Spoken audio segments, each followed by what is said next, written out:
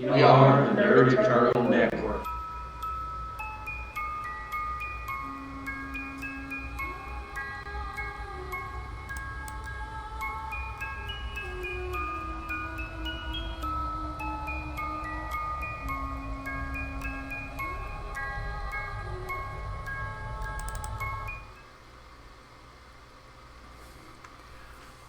Honor the eldest among you, for he is to rule my house when I am absent.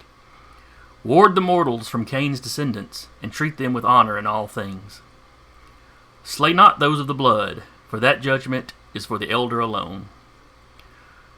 Deceive not those of the blood, for my house is founded on truth. Judge those of Cain's blood, and punish them, should they be found wanting.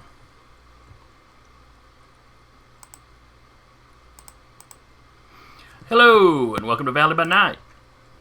Brought to you, as always, by the Diabread Venturing Company and the Nerd Eternal Network.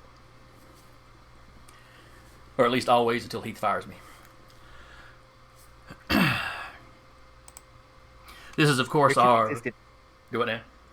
You're too consistent. Yes, I am. I'm showing everybody up.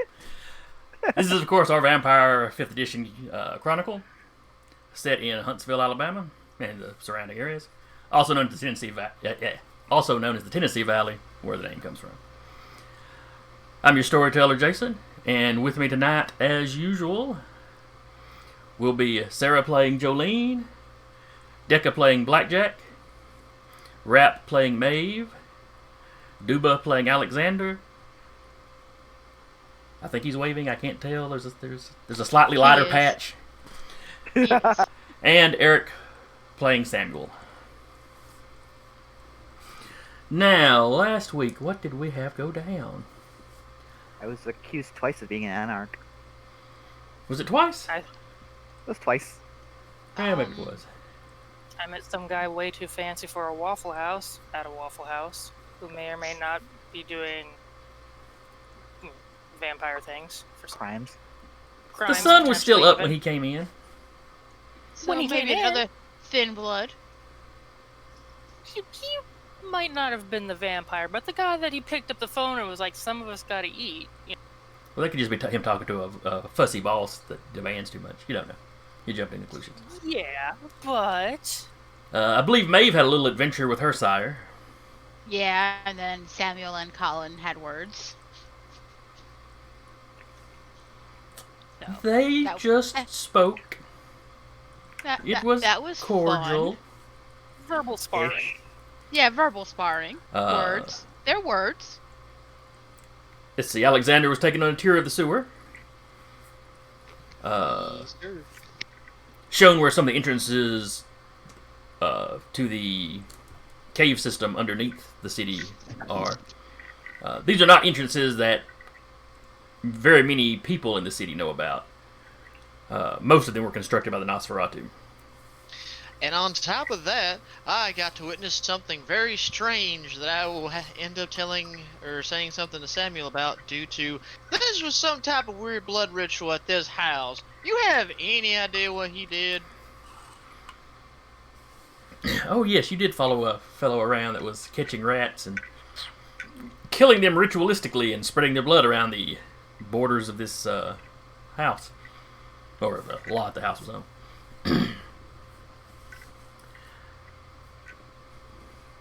Let's see. Samuel mostly studied. Was notified of an Elysium at the old bank on Sunday. And right before we were wrapped, believe he found out that the Regent needed to speak with him. That, of course, the Regent, of course, being the head of his clan. Let's see, was there anything else? Refresh my memory, Decca. I know the Brat Pack started quizzing Blackjack about possibly having anarch leanings. Did anybody else? You know, the more I think about it, the more it might have just been the players here. Might have just been some player interaction, like player to player. Because I haven't thought about it too. I was like, Who was No, that? you did it was the Brat Pack visit, and then you went and checked up on your touchstone. And then called Jolene, like, And I called what's Jolene. sunshine? Yeah. That's right, because you were creepily spying on your neighbors. They look so nice and mortal over there. I'm so proud of him. Alright. Let's see. Other than that, minor correction. That's probably not important. But I gave the wrong dates last week. I was off by a day. Oh. Friday would have been the 25th. Which means Saturday, today, this session would be Saturday the 26th. Which is going to be very quickly handled. And then on to Sunday, where the Elysium is, which is the 27th.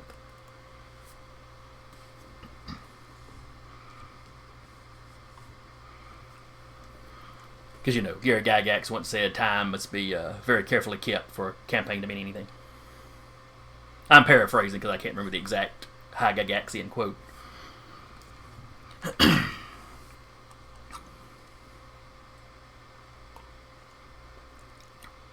Alright. So you were just turning in at the end of last session. Just quickly, is there anything any of you wanted to do that Saturday before the Elysium on Sunday?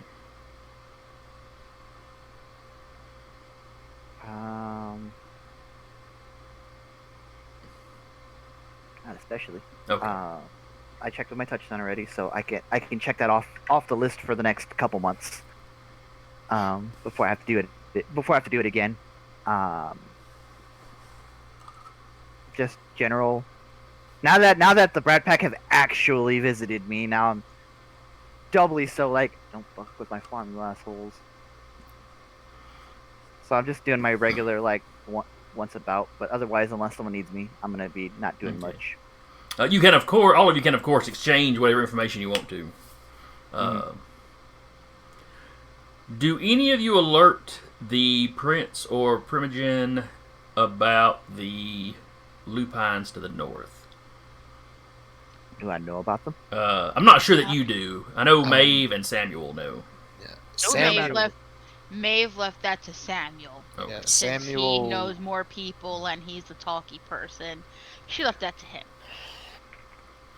Samuel would think this is the night before the Elysium Yes.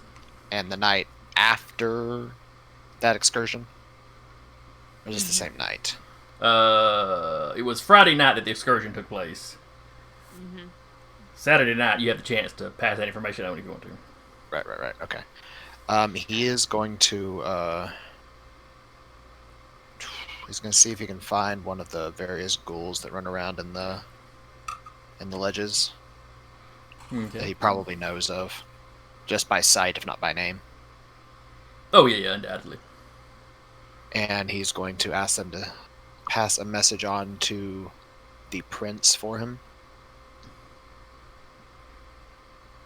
That he needs to speak with the prince urgently if he might be granted an audience. The ghoul asks you what's the nature of the... if it's an emergency, what can you state the nature of the emergency? A potential lupine incursion. Guy perks right up. I will let him know immediately. Thank you. Let's see, did I write everything down? Okay. Me realizing I didn't write down the specifics. Let's see. What did Colin tell you? From what he overheard, one of the lupines would live locally and seemed to be of a different faction of some kind from the others. They were a little dismissive of him, and they were clearly coming in from out of town. Mm-hmm. That may be all the really pertinent information he gave you.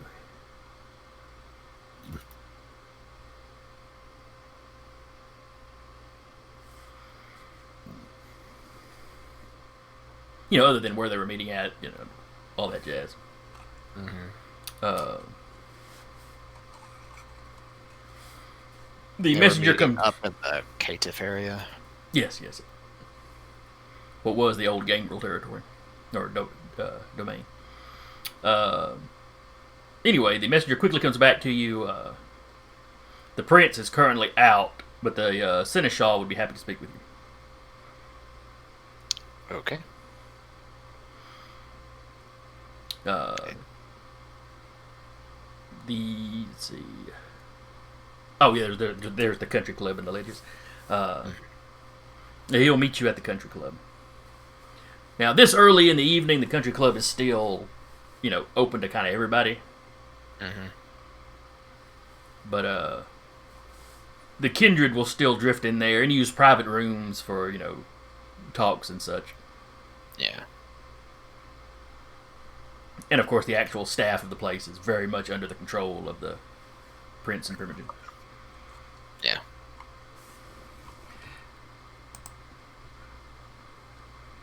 So as you make it down there, the Seneschal Chad Tucker. All right. He's waiting for you in one of the private rooms when you get there. Mm-hmm. You walk in, and one of the employees is immediately, Doctor, Mr. Tucker will, is already waiting on you. Okay. So his name was Chad Tucker. Yes, the Seneschal is Chad Tucker. Of Clan Ventru, if that matters.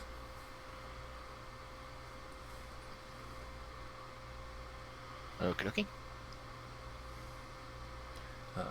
As he walks in, you see the Seneschal. He stands up. Doctor, good of you to come so quickly. Now, what is this incursion you're concerned about? Well, the sire of a member of my coterie has decided to visit the city.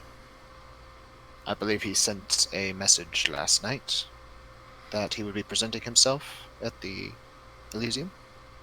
Oh, this would be a Mr. Collin, I believe. Correct, yes. Yes. He took Maeve out on a hunting mission for some unnamed benefactor of his, as of yet. They found a small pack of lupine up in the old Gangrel domain,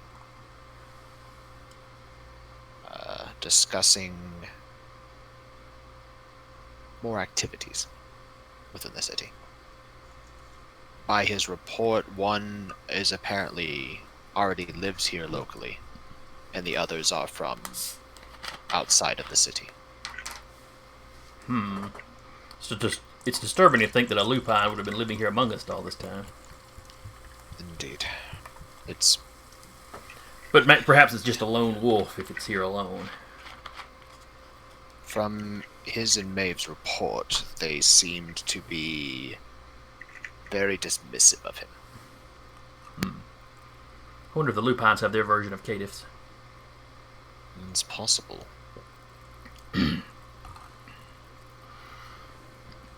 We'd already had some reports of the lupine numbers getting heavier in the north. Your newest coterie member, Alexander, was it? Yes. I believe that was why he moved down into the city. That is what I was told, is that he moved to a more populated city because the lupine were making a greater threat in his home.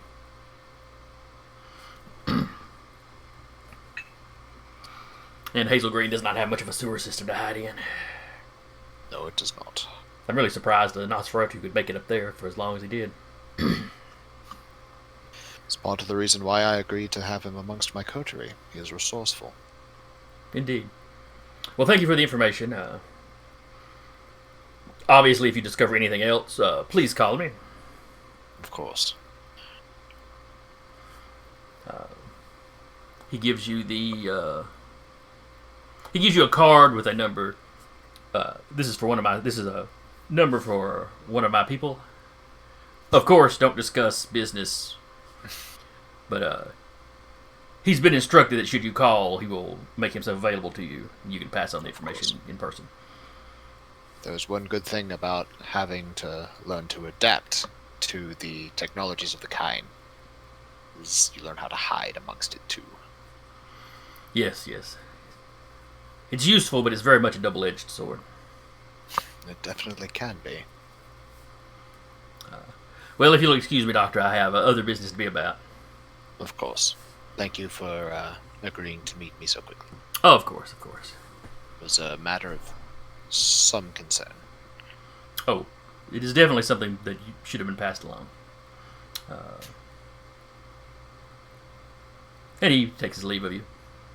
And he'll go off to do his own thing. Okay. Well, you knew the Regent wanted to speak with you. Yes. So he's there's a drive down to the Coterie. Coterie, to the Chantry. Too many words that start with C's, caitiffs, Yeah. chantries. Just happen to drive down, just like, oh, okay, well, there's a Maeve in the car, in the trunk. Alright, there's Jolene. You're gonna do too. Just picking everybody up along the way like sacks of potatoes. Oh God. Good luck doing that with me. He hit you with the car first. I just shoulder Knocked you check out. the car. There's a cow catcher on the front. Yeah. Just picks you up, just drives along. Alright, you're gonna have to make a left. No, you can't see right now. He becomes the blinker system.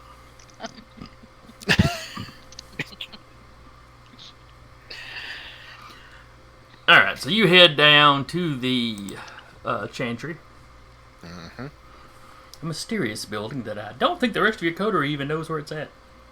Nope. Since the previous Chantry was burned to the ground, the clan is pretty secretive about where it's at. Mm-hmm. But you drive up to it. It's got the big 15-foot privacy fence blocking it off from the road. Yep.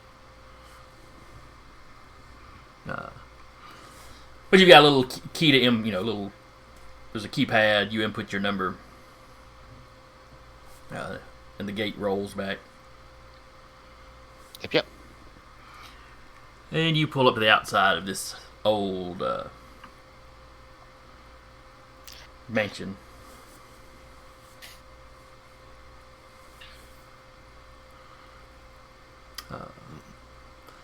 The front door opens before you even get there. One of the resident ghouls that takes care of the place. Master Samuel, very, very glad you're here. The Regent was wishing to speak with you, and he's been quite animated today. I see. Well, if you would show me to him, I'll see what I can do. He is in his office, sir. Of course. Help. Valet parking. And It's Wait, like just valet parking. he just parked in front of the house. Yeah. So as you walk through, you take your coat off, hang your coat up, whatever your usual ritual is. Yeah. You see several of the other apprentices, because like I've said before, you technically count as an apprentice, because anybody that does not have a rank in the Chantry does. But but they all tend to look at you as the more senior, as you're the only one with any age to you. Yep.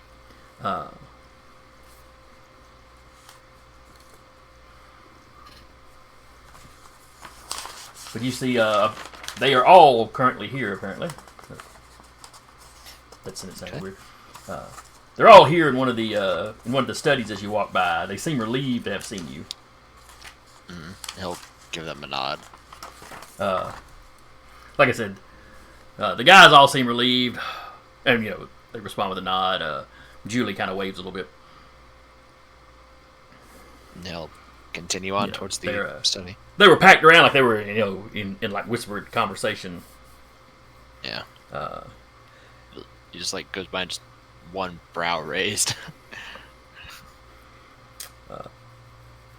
As you go up the stairs, you hear something. Sounds like something crashes against the wall in Alejandro's office. Nothing too heavy. I mean, it sounds like something was thrown, maybe. Are we all there? No. No, I didn't think so. No. I didn't think so. Yes. There are several things that Samuel does not tell anybody about. Yeah. I was just wondering. He'll just go up to the door and Who is it? it's Samuel, my lord. Oh, yes, please come in. He'll open the door. You walk in, and his office is messier than usual. It's always a little cluttered. Mm-hmm. His desk will be well organized, but he'll have open books laid out on shelves and stuff around him. And he's still got that, but now there's stuff in the floor. There's this little bit of pottery that he pins and stuff in that it's laid over against the wall. The pins are spilled out.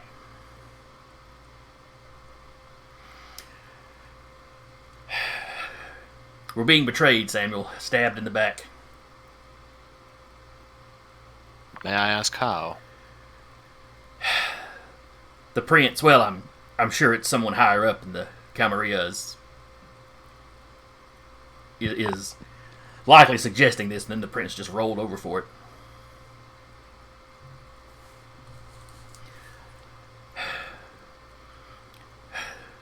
They're bringing in Assamites. Assamites. Yes, or whatever they call themselves now, the Banu Haqim. So I see. I knew the Camarilla was making peace with them and trying to bring some of them in. But now apparently they're being forced down our throats.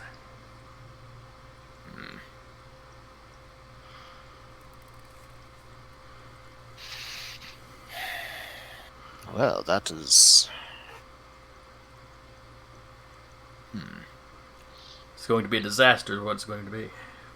Well, yes. Especially considering that I just got finished giving a report to the Seneschal for the Prince that we have been made aware of a lupine incursion as well. He looks at you, says something in Spanish that you're pretty sure is profanity. Yeah. What have the lupines done? Well, from the report that I received from a contact, there was a small pack that has come from out of town that are now prowling around in the old Gangrel lands. Okay, it's some distance from us, but still concerning. And there is apparently one that has lived here for some time that they are getting information from. Didn't think they tended to like cities. They typically don't. Perhaps this one does, which would explain the apparent disdain the outsiders had for him, according to my informant. Who was this informant? Well, member of my coterie. And a friend that popped in from out of town that will be presenting themselves to the prince upon the Elysium. I see. I would assume it was your Gangrel friend, and they tend to be the most knowledgeable about the lupine. As they tend to.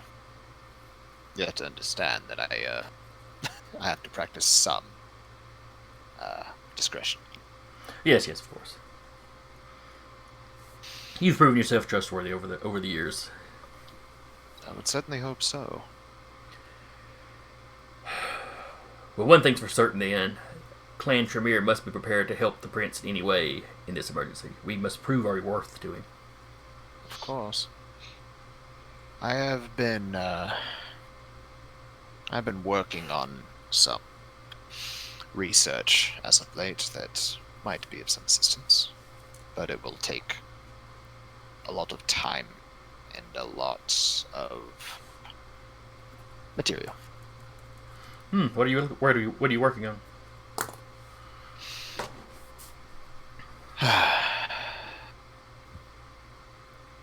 Let us say it is something that was lost with the original chantry.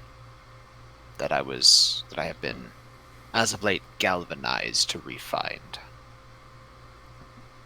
Any old relic or, well, any sort of information that you can find from the chantry would be a boon. We lost so much in that fire. We did. Inside his head, you have no idea. As he's trying to figure out how to make fire. To reawaken the old lure of flames. But Assamites... I do wonder why the prince is wanting to be known to affiliate with the dark thaumaturgical arts. I don't know. The Banu Haqim are on the very verge of joining the Camarilla.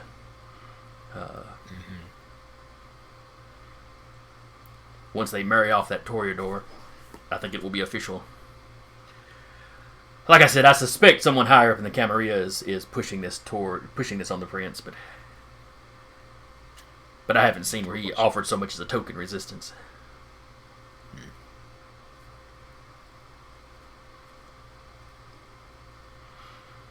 They're gonna let that man sit with the primogen.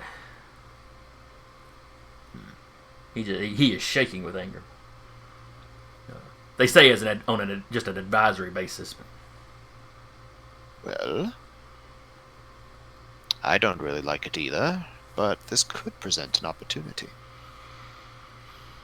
In what way? Well, the Assamites are very protective of their secrets of Duran Key. Mm-hmm. It could be an opportunity to potentially learn more. Perhaps.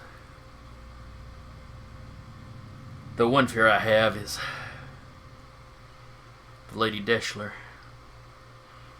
Very true. She has for years subtly hinted about wishing to learn the arts of thaumaturgy.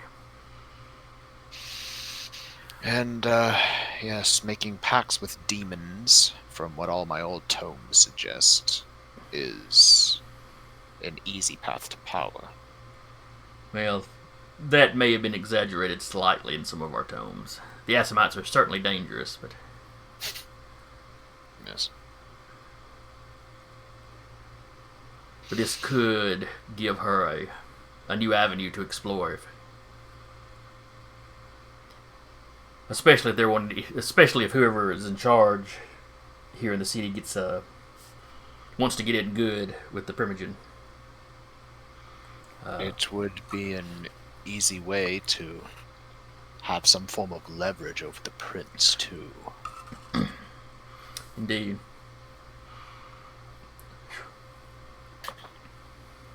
Perhaps we should consider maybe bringing her into our confidence. To leave us with the ones with that leverage, however small. I do have a rather fine reputation with her. We get along rather well. This is true. I don't like the ideal of leaking our secrets to Clan Ventru, though. Yes, that is what's been holding me back. Our thaumaturgy is really our only advantage, especially in our weakened state. Yes.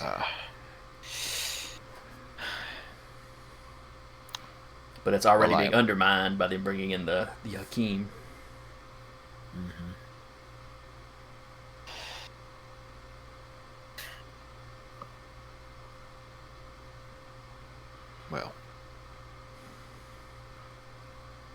I am of both minds. To potentially use it as an advantage to secret out some of their knowledge, and to potentially, if the risks is deemed acceptable, to potentially teach Lady Ventru. I'll have to have time to think about that. Trying to ferret out their secrets, though, I approve of. We could try. It's a very basic tactic, but we could try a sort of good cop, bad cop. You're a very personable sort. Don't lay it on too thick, but perhaps if you were friendlier towards them than they would expect a Tremere to be. Where I will be much more the hardline traditionalist. Well, it certainly could work. It's as good as a plan as any. We also need to research ways to spy on them from a distance.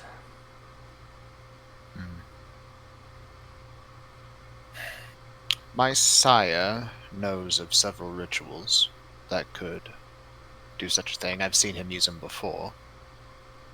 I would need to further my own studies in thaumaturgy in order to utilize them myself, but there are a few. I could potentially send out a letter to him, see if he'll respond. Okay. I know he's been itching to travel. As of late, he's been starting to hear the call. That's unfortunate. Yes. The call has gotten so many of our more experienced members. He's been holding it off for now, but the last time I spoke with him about a year ago, he's been wanting to travel as much of the world as he can until the call takes him fully.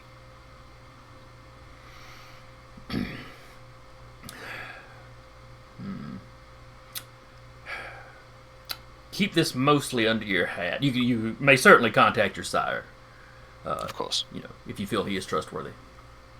He is. That is one of the boons of this unlife of mine, is that he and I are very similar people. Very good then. I've- Which faction of the clan has he sided with? He has kept himself as a neutral third-party negotiator. He has taken it upon himself to help smooth over any hostilities between the various factions, as to not have it boil over into the sight of the kind. Trying the neutral approach, much like we are. Yeah. Yes. As I said, we are very similar people. That's why he sought permission to embrace me. Yeah.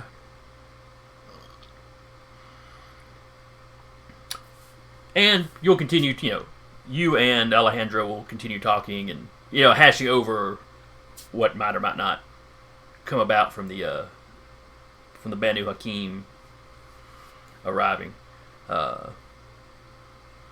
Another point of frustration he feels, though, is he hasn't even been told how many of them are coming. The prince has just said a coterie. Let's see what else. Oh, and they're going to be given the use of one of the universities, which are traditionally Tremere territory. Which university? That's a good question. We'll say the Calhoun campus across from the Space Rocket Center. Which is a good ways away from town from where you are, and a little ways from the Chantry. So he's quite upset about that because he feels like something's being taken from his clan. Though there's so few of you, you're not sure anybody's actually been using that campus for anything.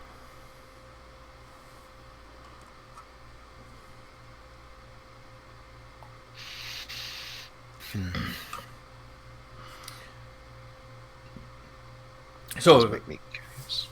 so if there is nothing else that particularly needs to be done Saturday, we will move on to Sunday and the Elysium called at the old bank. Mm-hmm. If I may, sir. Certainly. Essentially, Alexander will have probably texted Samuel and asked him whenever we are free to possibly discuss blood magic or blood rituals. But would you say it that way though in the text? No, to be more a characteristic, he would essentially have said, "Dear Doctor, there's a matter of utmost concern that seems to be dealing with blood magic or rituals. Not sure which. Would like to talk to you further about it." Samuel's going to have to give his coterie some remedial lessons on what not to say on Apparently. technology. Yeah. Social media training classes. Julian's just gonna be like, okay, here's this, and this. Yep. He's gonna look at that. Sigh, glad that he keeps his detection off on his phone. And just crushes it. I mean, Alexander's probably going to take a second and realize that he did a dumb, and luckily he knows it's a burner phone, so he literally just drops in the sewer like, "Oops." Yeah, he's just gonna crush the burner phone he has. And to be fair, Alexander has not lived in a city where he was really communicating with other Kindred on a regular basis. So. And like No, he really wasn't. he's just gonna he's gonna hold on to the pieces and just burn them in a fire when he gets home. He's thorough. Mm-hmm. Yeah, but he's not gonna respond back until Alexander comes knocking. Yeah, well, when y'all get together, what is the nature of the conversation, Alexander? Well, I'm about to say, when he does meet up over at Samuel's estate, he's going to apologize profusely. It's a very steely look. Like basically just like imagine a table. Like right like when he comes to his office, like just facing him, just staring down. Remember, understand, it's been a while since I've had to actually communicate with fellow kindred as ourselves, so I tend to forget to be more, what's the word, secretive of some things I say. But regardless, yes. So, during a little hunt of mine, and during a wonderful expedition of learning the underways and sewers of this beloved city, I came across something rather odd. A gentleman, nicely dressed as you tend to on a daily basis, was in the sewers gathering rats, and as I thought that to be strange, so I followed. Unfortunately for me, it led me to a rather weird situation. I say weird, but then again, being undead, it kind of comes with the territory. Anyway, I digress. Yes, okay. He decided to take the rats, and while mumbling a chant under his breath, he essentially squeezed the blood around the property. Essentially, I believe, setting up some type of barrier spell, perhaps? I'm not quite sure. As I said, possibly. I dared not go anywhere to cross the line. I simply made sure to jot down address and the vehicle that the gentleman drove. Good. Did this person use any kind of knife? Something that might have looked Far Eastern in origin? Yes, actually, he used what looked like a sacrificial dagger of some sort. So they're already here. Potentially. Pardon? It is an issue with Clan Tremere. Ah, yes. I'll make sure my Primogen's made aware of it. Yes. Sorry for the disturbance. Just wanted to inform you before we meet with Fine. the prince. What's the address and the license plate of the vehicle, if you have that? He will reach into his pocket and literally pull off, have a little notebook and pull the paper and sit it on your desk.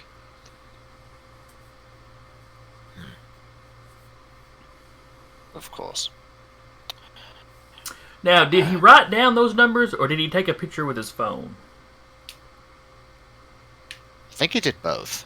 Maybe so. I'm pretty positive. I made sure he did both actions to take a picture, though. I'm pretty positive he did what he could with the flash off, just so he wasn't suspicious. Yeah, I remember us having a conversation about the flash. Is why I bring this up. Yeah. How I remember it, because I was listening in, because, blood magic, was, He was like a little prairie dog.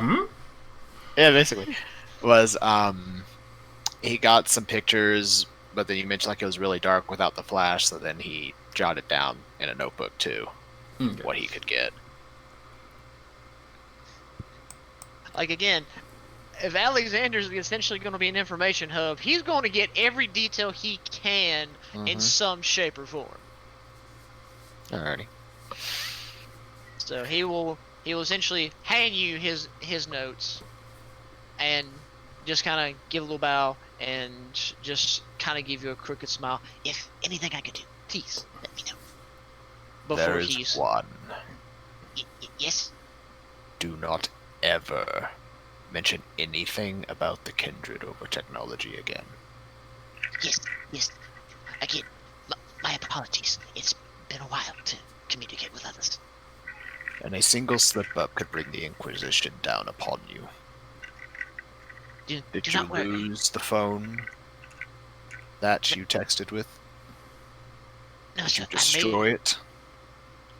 Yes. It is destroyed by essentially shorting in the sewer. Very well.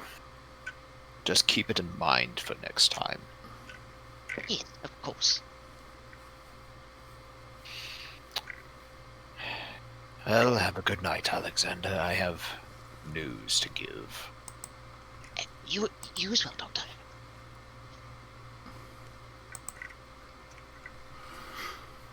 And would Alejandro still be at the pantry at this point? Most likely. The nights he shows up there, he tends to spend most of the night there, either researching or teaching. Okay. He's heading back. You get let in again. He's booking it too. When you get there, Alejandro seems a little bit calmer. I mean, he's clearly still agitated, but you've got a plan of attack. He's tutoring one of the other students. Yeah. Well, I didn't write their names down. Is it Jackie, Pearl, Jeffrey, Singh, or Scott? Because those are the names I have. Well, at least you are keeping track of the students. Actually, it's one of them that was not at the last Elysium. I play vampire. Andre Walker. All right, adding a new name. Andre Walker. The rest of the apprentices are still there working on their own projects or whatever. All right, yeah, he's gonna show up, look Alejandro dead in the eye. Again. At first, Alejandro's just a little surprised to see you. You're back already, and then he notices the expression in your face. Excuse me a moment. And he stands up. He steps out in the hallway with you. Is something wrong? I have reason to believe the Banu Haqim are here already. Well, the Elysium's tomorrow, so that's not unreasonable. Have you seen them out and about somewhere? A member of my coterie has. He stalked them, moving through the sewers, collecting rats and performing a warding circle upon a domicile. I have the address and the license plate and the make and model of the vehicle that they used. He was wise enough to not to attempt to cross the line. Probably, yes, that was probably wise.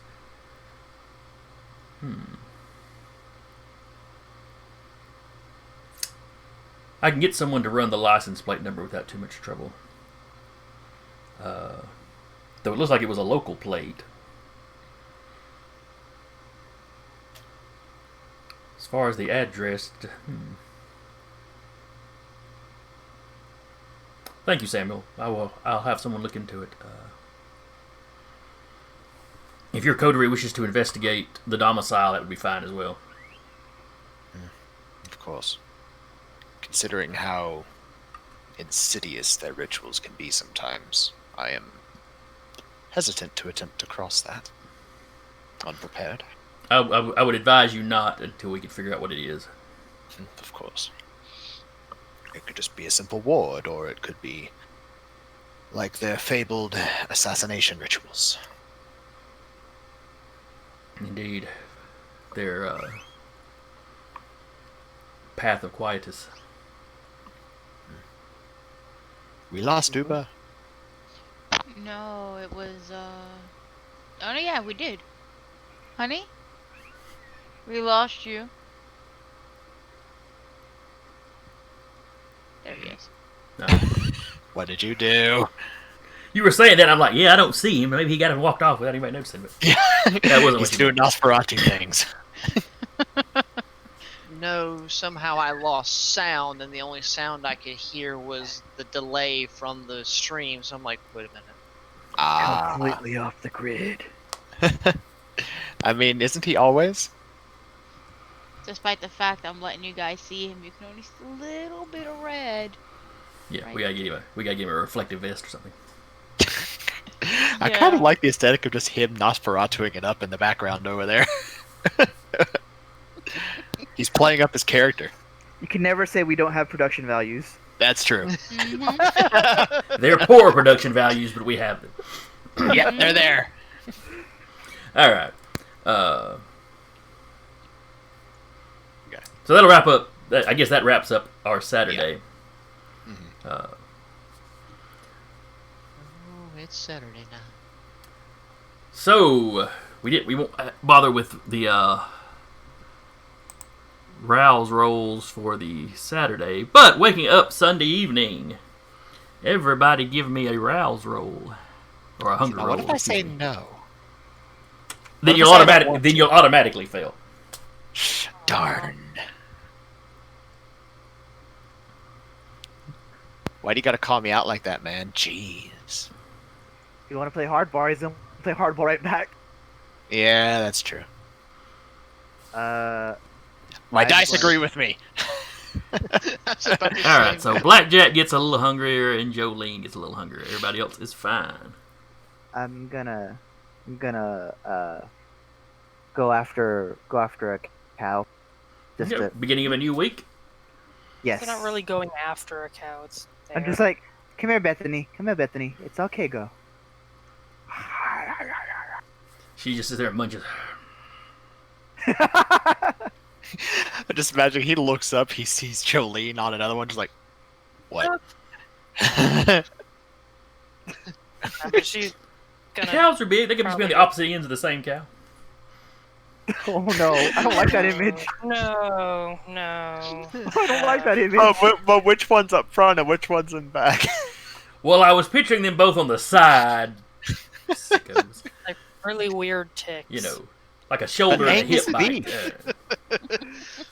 Angus beef is good. What if it's like you know when they have dates and the straws are both in the same milkshake? Oh god.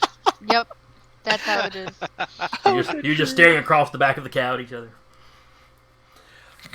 But she will go hunting. She's at 3, so. Weirdest All date right. ever. Weirdest date ever. So, how'd you two enjoy your dinner? It was delicious. What was it, cow? Like a steak? Sure. Yes. Sure. Very rare, Yes, though. it was. Indeed, very rare. We told the ship it Glistening only with flipped it blood. once. Walked it by the fire, spooked it, walked it back. Now, let's see. Jolene is a farmer.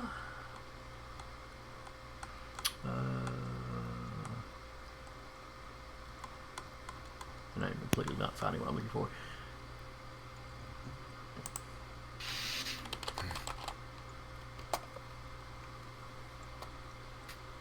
Wasn't it usually, like, I think, survival wits? Okay, it was survival wits, I believe, because you were actually hunting. But something occurred to me after last session. You are the Jones Valley Coterie. Jones Valley has the Jones Farm, the largest urban farm in the country. Oh. The majority of that farm is in your domain proper. Yep. Why aren't you just hunting their cows? Why don't She you? said the cows are off limits. She thought they meant all cows. Oh, well, that's fair. I was just waiting It for was some somebody to weird point it out. blackjack thing. I mean, you and me, Jason, being the only people native to here, I was waiting for somebody to just point it out, looking at the map, go, "That's a big ass farm." It's a big farm. It is. And being urban, you don't really have a lot of coyotes around. I mean, you do as soon as you get outside of the city, but Cows. so it's not like they round them up at night and lock them up. Yep. Except maybe during the worst parts of the winter. But. Dang. Yeah. Maybe she's just gonna be like, well, maybe he didn't mean all cows. I don't give a shit about anybody else's cows. Just don't touch Darlene, Bethany, Bassett, and Claire. She's like, You made okay. the number one mistake for a farmer. Named your food. You named your food. Well, I don't know, because that'd be about like naming dairy cows, Yeah, I'm not which naming is not as slaughterhouse big a cows. violation, yeah. Yeah, true. Though I have That's a cousin that even when she was young, she would name the cows, play with them growing up, and then be right there when it was time to butcher them. No problems. It's a little sadistic.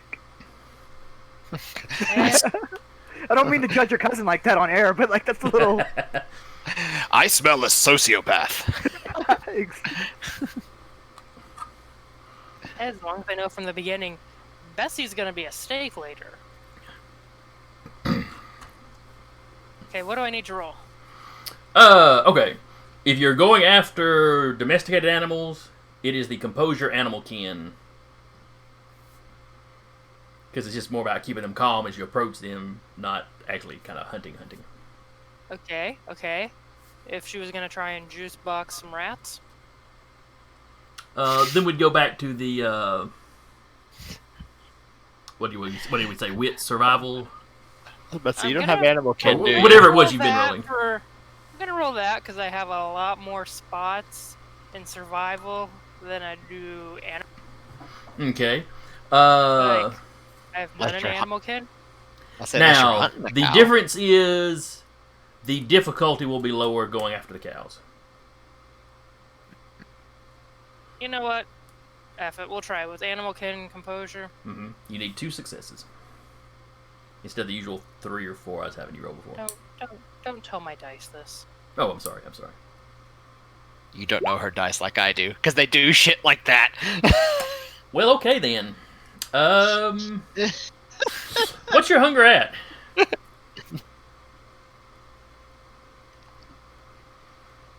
Three. Well, oakley dokley. Yep. I mean, it could be a dead cow if you decide to ride the wave, but She drains an entire cow. Oh. Ate the whole God. thing. To be fair, she hasn't eaten in like, a while. yeah. She goes to Elysium. Everybody's like, when's the due date? Oh god. I've heard rumors that thin blood can do this. Followed by, how? Thin Bloods, they have had documented Thin Bloods. I think in one of the books that they had gotten pregnant. In Yeah, the Thin old Bloods. books, you had rules for creating Damphir. Mm-hmm. I don't know if any of that carries over to this, but the rumors I know are still there. I think they do for Thin Bloods, but I don't think any other vampire can. Mm-mm. Not until you get to those weird Eastern guys. Yeah, that's true. Jolene becomes a mom in 9 months. No. And that's why I don't let her touch my cows. Because you're afraid of minotaurs? What? I have Wait, you got female cows anyway. This isn't working on any level, Deca. She's just gonna go hungry to Elysium. Big scene. I mean, you could maybe try to hunt again. I don't know. That would be up to the storyteller. Oh, let's see. The Elysium's at 11. You could hunt anytime after it got dark. She's gonna go back to the old faithful of. All right, I'll let you make one more roll. Now you said juice boxing rats. Hey! So are you climbing down into the sewer to hunt for rats? Oh, like probably not rats, but like small animals, like rabbits. Or stray dogs and cats? Squirrels. Well, stray cats. Cat Stray dogs would means be more the smaller. animal kin thing. Alright, so you got 2 successes. But you need... Let's see... I believe I was demanding 3 successes when you were hunting in the woods. Yep. So that's a no. Yep. Can willpower reroll? Unless you do that, we'll power reroll to get your. Yes, You guys actually. haven't seen my dice. Have you seen my dice? Well, you've already got the 2 successes. So you just need kind of one more, I think. So you could re-roll 2 of your dice. Because you've got 3 hunger dice, so those 3 you cannot re-roll hunger dice. But you could re-roll 2 dice. Oh, see, that was great. Oh Hey. no! Oh no! Oh, that's a critical success. Yeah, Two. yeah, it is. Isn't that Yeah, bad? No, that's a No. critical success. Okay. Those aren't hunger They're not dice. on your blood Okay. dice. Okay. Those are regular dice. Oh, that's right, because she cannot re... Oh, I was getting so excited, too. So 4, 5... So that's a total of 6 successes you got. Because on a critical, each of those successes count as 2, so that's 4, plus the initial 2. So you have no problem. Let's see. Finding rabbits and other small critters. Yeah, I'm trying to think of... Because you take several rabbits for a point anyway. Somehow she takes down a deer. With 6, yeah, that's pretty much what happened. So hungry. I need venison.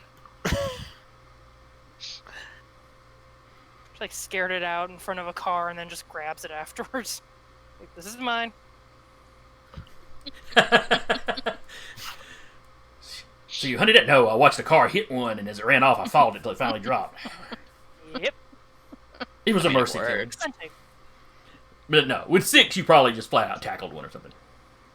I'm okay with that. It works. I'm just picturing her leaping on its back and biting it while it jumps around. Eventually, bloodlust Weirdest is fixed. damn rodeo. Mm-hmm. If you can hold on for 6 seconds, you're fine. So yes, you can let's see, a large animal, you can get how many blood points out of? No, but don't worry about it. With a 6, you've definitely hunted well enough to knock yourself back down to 1 if you want to.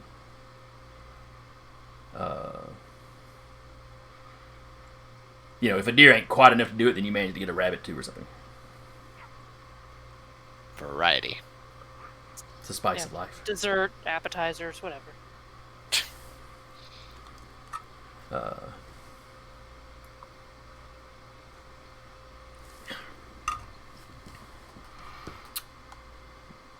And this is who else got hungry? Oh, that's right. It was I did. blackjack, and he had it. But You had your cows. What hunger were you at? 3.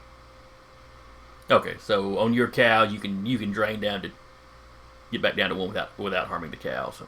Yeah. Are we at the start of a new week or the end of one? This is Sunday night, so this would be the beginning of a new week. Okay. So when I first wake up, I'm gonna go find my own herd and take a little sippy sip. Okay. What was your hunger at? 2. Okay, Get down so to 1. just a sip to bring it on down. Yeah. Resonance roll. Oh yes, because that is a big thing with you. Mm-hmm. Can I get resonance off the cows? You get a plus dice to your animalism potentially. There's a chart I got to roll on to see if it's actually strong enough to. I'm okay with that. I've got to get the storyteller screen, so it's got all the charts. Just Mm. do they sell Just an like- official one? They've got. I know on drive-through they've got a print on demand. Well, they'll print them out as cards. They can slip into those customizable, Yeah. screen sleeve things. Mm-hmm. Or you can just get the PDF and I can have it up on a screen, I guess. Yeah. That's what I do. I mean, I've got 3 screens. They're all full, so I don't know where I'd put it. But I just have one big one. Which is why anytime you see anything white pop up on my screen, I suddenly just go pale. I just disappear. yeah, I've tried to counter that by having kind of my umbrella lights up. All right. Okay. Where are my dices at? Or dices. That must have been what I thought I was forgetting when I started it. All right. The dice rolls. So resonance on. We'll start with Deca. Resonance on his cows, Mm-hmm. and it's a 1, so negligible. So you don't get any bonus Fine. from the cow. And then on Samuel's, herd of nurses. Yep. That is a 5, which Also still falls negligible. under negligible. So. Yep.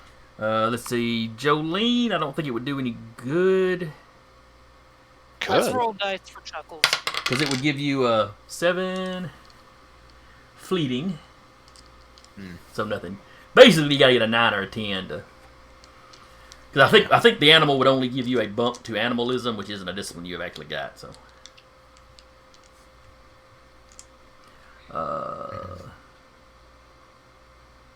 And then Alexander and Maeve, are either one of you going to hunt? She's at a 2. She's fine. Okay. She'll be like, I mean, I'm good. I'm at a 1, so I should be okay, unless I just feel like quickly diving down and getting some juice boxes. Oh, that's right. You were downing juice boxes last session. Yeah, Mhm. down with some juice boxes.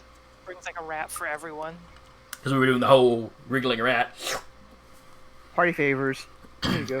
Shots, shots, shots, shots. Oh, Brings a no. rat for everyone. Samuel sitting here staring at the rat because this would barely slake any hunger for him as an ancilla. That, No, that's he a would no. make sure. No. He would make sure for Samuel that he'd find the fattest, plumpest one. Unfortunately, though, for ancilla, animals only slake half hunger. So you need to bring like, Box of rats. Like a bouquet of rats. yeah. Just tie their tails together. Here you go. So what you're telling me is I gotta go lob a local pet store worth of rats and bring it back. He must Got have a it. pet snake. Yeah.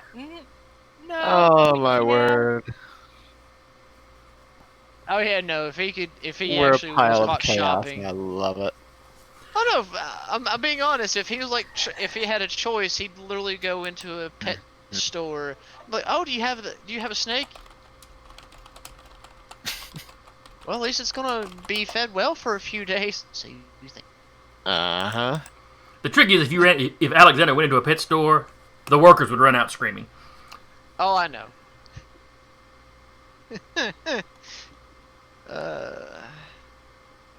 When your character almost looks like a giant rat himself. Uh huh. Alright, so the Elysium is at the old bank.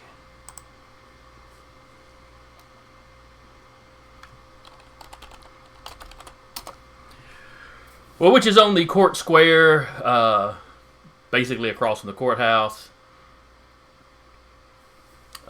There's some historical significance to it. You know, it was the oldest continually functioning bank in the state until just a few years ago when the last bank finally ended up pulling out. It's built at the site that John Hunt was supposed to have built his cabin, essentially like the founding of the city, right above the big spring. So back behind it is Big Spring Park. A hunting ground any Nosferatu would be jealous to have, as Big Spring Park has nutria. Mm-hmm. Big water rats, if for anybody out there that doesn't know what a nutria is. Yep. Well, excuse me, more like big water mice, because they're not carnivorous.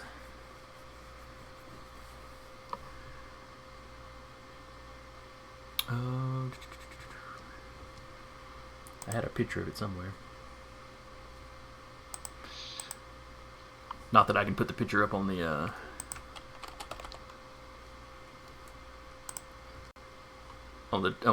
stream for anybody to see, but for the players in the Discord, there's the old bank. It's not as brightly lit when y'all get there.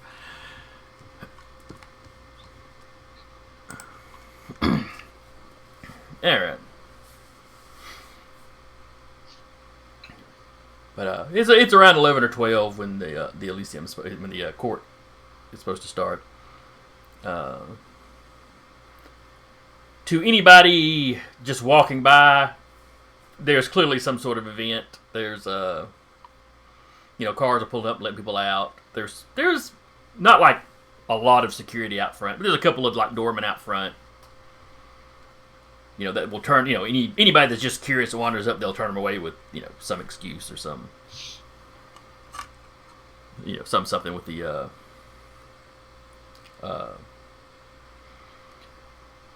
fanciness of the cars and the dress of the people, that keeps most of your commoners kind of away. Oh God, we have to dress fancy again. Damn chess tournaments. We all remember to dress fancy. Oh, you would have been Nope. reminded. Now, the rules are not as strict for this one as the last one. As the last one was kind of a social thing, this one is much more business. I mean, you don't want Blackjack showing up in mud-caked boots.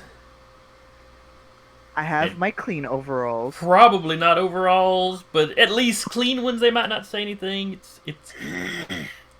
It's one of those things where the prince probably would not take offense to you showing up in clean overalls. And A my- harpy and my might have a little field jacket. day, though. I don't give a shit what the harpy has to say. That's not Samuel a does. good way to survive in this world. Let me just say. That is not a good way to survive. Jolene would have, the night before, we'll say she would have been like, look, I will iron the fucking clothes if you will just shut up and wear them so we don't have to hear anything at, the after-party lecture. It's so damn hard to move in these damn things. Yeah, at least you don't gotta wear heels. I don't even know how Shut you up. even. Oh. Shoves the clothes in him. So is Blackjack basically wearing the same thing he wore to the last Elysium? Yeah. The one good outfit he has. And what was it? Maeve wore some slacks last time. Mm-hmm. I think everyone pretty much did, black and white formal dress. Mhm. Except for Samuel, probably. He's more the black and red. Mm-hmm. Nah, got- he's coming in style, baby. Absolutely, he is. Lavender leisure suit. His name isn't Larry. Oh no. No, God. No. Do not Google that, kids. Or do. We're I'm not not your your child. parents. Yeah, I'm not your parent. I mean, to be fair, it's a very interesting game if you ever look it up. Why am I not surprised you've played that? I haven't played it. I have seen it, but I have yet to actually play it myself. Why am I still not surprised? Moving It's on. me. You should be. All right. When you get there, there's not as many people here as was at the last one. The bird on the mountain one was almost all hands on deck.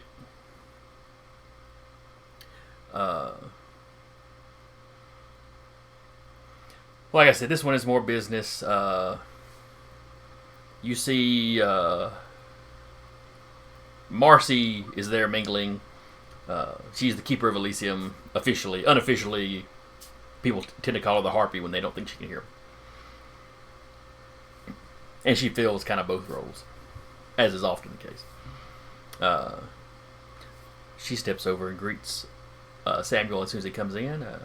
I'm assuming y'all arrive kind of as a group. Maeve would arrive with her sire. They probably either Ubered or Lyft. I think they Ubered home, so they probably lifted there. Yes, Colin's So very she big on would not make using the sure- same guys. Yeah, because she was making sure her sire had made it to let them know he was there.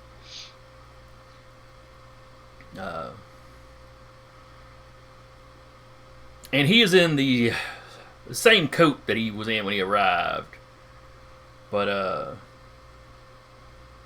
he's got like a little, it's slacks, a dress shirt, a very nice vest.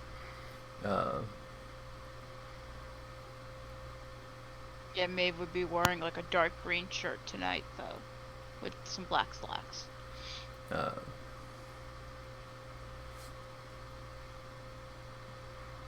His vest has actually got like a little pin of a wolf's head that, to a common passerby, just a wolf's head. Everybody else recognizes it as the symbol for Clan Gangrel.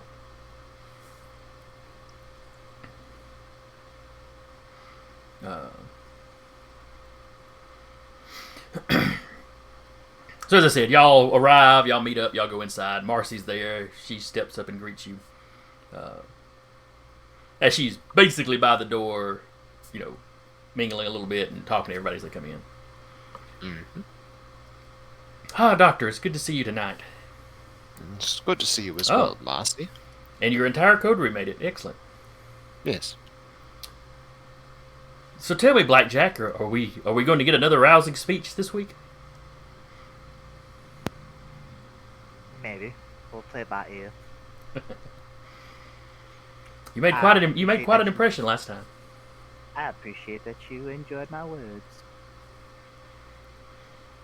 Let's see. Jolene, she doesn't really talk to.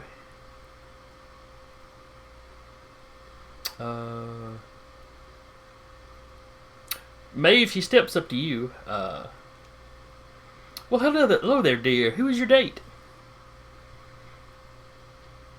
My sire, Colin. Oh. Colin steps forward and greets her. Actually takes and kisses the back of her hand. Kind of like how he just turned on the everyman charm when he was talking to that lift guy and just started chewing the fat about baseball. It's like he's done that again, but this time he's acting very much more upper crust. It really makes you think of Samuel, truthfully. Just, without the English twang. Yeah. But it's like this whole, but it's the same in that it's like this whole second personality he just kind of puts in place. He's smiling more than he usually does. And, he's complimenting her on, the way she's got the bank decorated and, her dress and,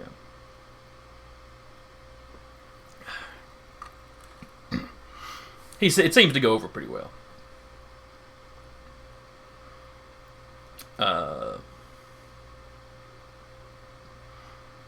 Alexander, you just kind of get a nod. Oh yeah, no. Have the hood down. Just give it a little nod. Keep walking. But she manages not to have any distaste on her face. It's okay. I'm used to it. Especially from the Tremere. From the Toreador. Mm-hmm. Though she was also, reasonably polite to you, I think, last time.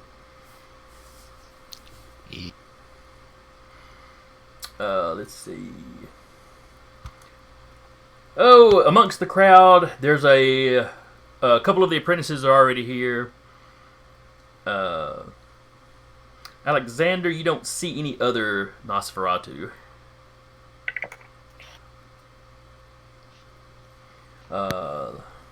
Let's see, there basically are no other gangrels other than the prince himself. And you do not see the prince or any of the primogen here yet. But that's kind of how Prince Deschler does it. The Elysium will start up, and then, him and the primogen will kind of show up in mass.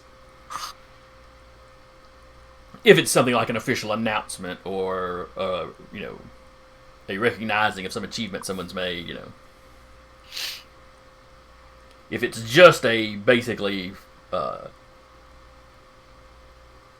formal get-together or, if it's just a party, then they may show up just haphazardly. But, let's see. Jolene's favorite person in town is here. I was just about to ask. Blanchett? Was it Blanchett or Jeanette? I think her last name was Yes. Blanchett. That's right. That's right. Jeanette's a very different person. I'm about to say, answer is yes. Jeanette Blanchett, yes. And she seems to have spotted you the second you walked through the door. Is Jolene wearing the same dress she wore last time? She was wearing slacks and a shirt. Oh, was time. she? Probably just, yeah. I think Okay. everyone pretty much did like slacks and shirt. Okay. Well, is she wearing the same outfit as last time? Probably at least a different shirt. Okay. She knows how damn frou-frou upper crusty people are.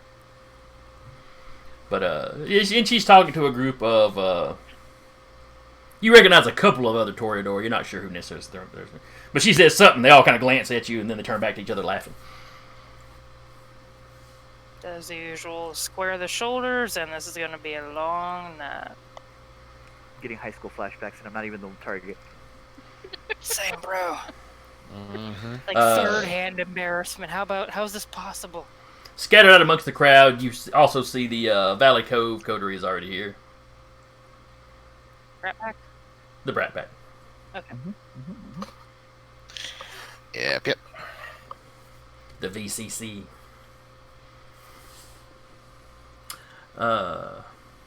They don't scare me. They don't intimidate me either. Well, good, because they're not trying to right now. Good. Yet. Somebody's doggies are upset. Oh, I'm just glad I was muted like the last 30 minutes because there's been cats going outside my window. They're just looking for love. And all the wrong places, by which I mean my front porch. They're trying to summon all the boys to the yard for milkshakes. Oh yeah. And only milkshakes. And only milkshakes, because this is a family-friendly show. Oh, yeah, right. Yes. Definitely. Anywho.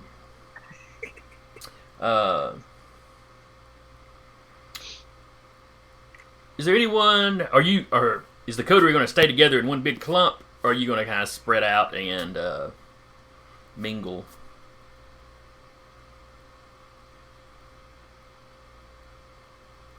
Maeve's gonna try to spread out and mingle a little, probably. I'm gonna just kind of shadow Jolene a little bit. Okay. Same. Just keep a kindred around her at all times that is somewhat friendly to her. Technically, the laws of Elysium do not apply to Thin Blood. Yeah. I am aware. Now, if somebody, just walked up and tore her throat out, that would be a faux pas. Mm-hmm. Like wearing white after yeah. Labor Day. And her being part of a recognized coterie makes it would make that an iffier proposition anyway. I can demand satisfaction from her.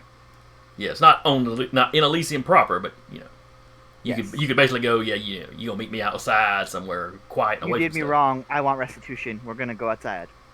Uh, And then Maeve will, of course, join in the fight, but but This is why Jolene wanted to stay home. and at the moment, in addition to that, which is kind of an all the time kind of thing, at the moment everybody knows the Jones Valley Coterie is currently, In favor. yes, in favor with the The prince. favorite. You took care of a problem. He has publicly acknowledged owing you a moderate boon. Mhm. So Quick look around. No Thin Bloods, no Lee. no, definitely not. Okay. You do recognize one of the caitiff. Okay. He's Mark Coleman.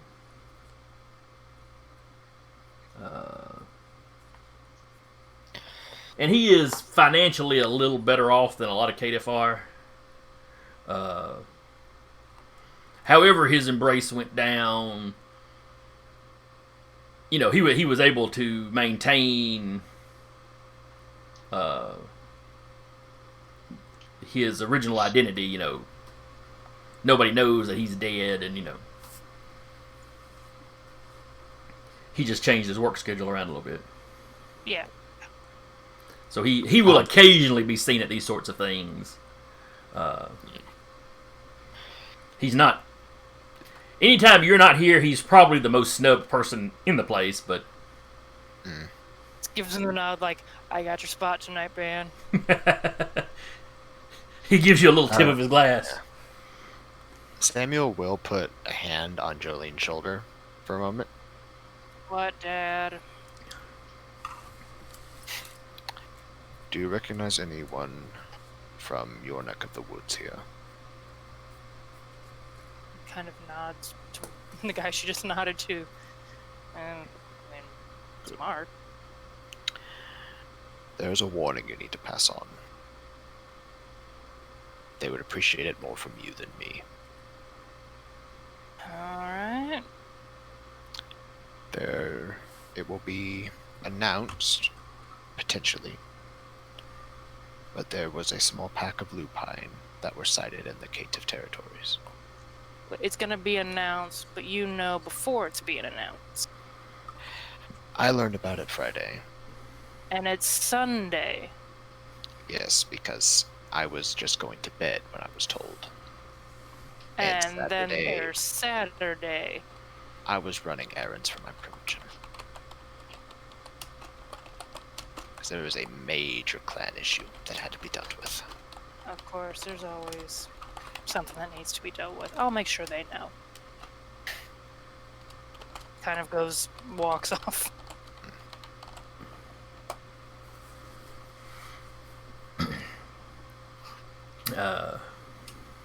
Do you immediately? Did you basically just immediately make your way over to Coleman, or do you?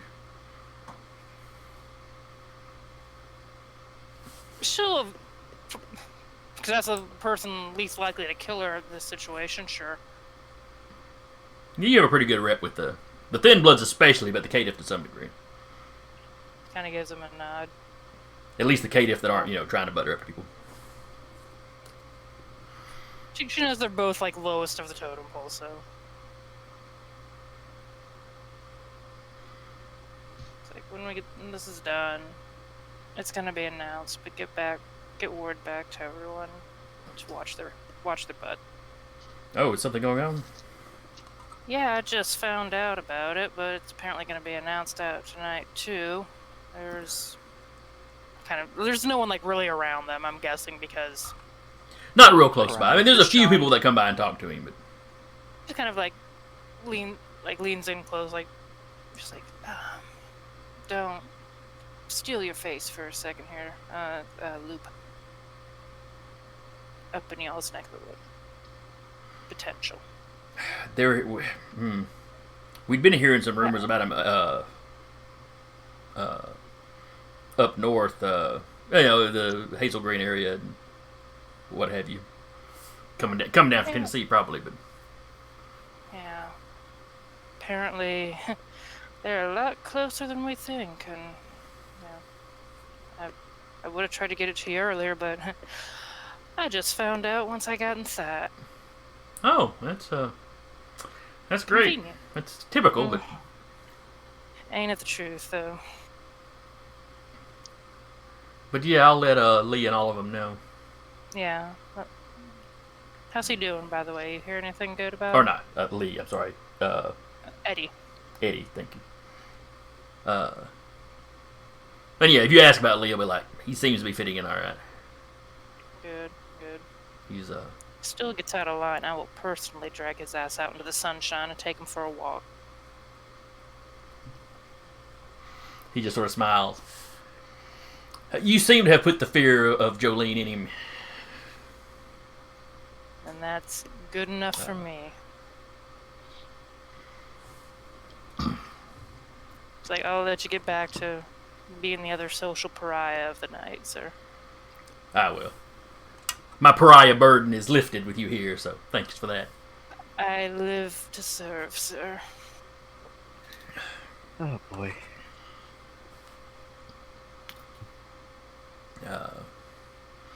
So the night progresses. Is there anybody, any of the rest of you would particularly be looking to talk to? Not particularly. Okay. Not unless, you know. I'm Blackjack's very much a you come to me, I don't go to you unless something specific happens. But he would be kind of like shadowing Jolene a little bit. Maeve, Colin kind of breaks off from you fairly quickly and starts kind of mingling and chatting. He has been to Huntsville before, so he already knows some of the folks around here.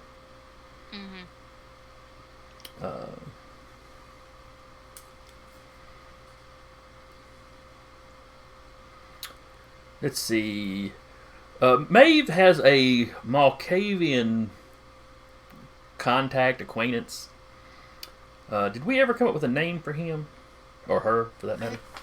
I think you wrote it down.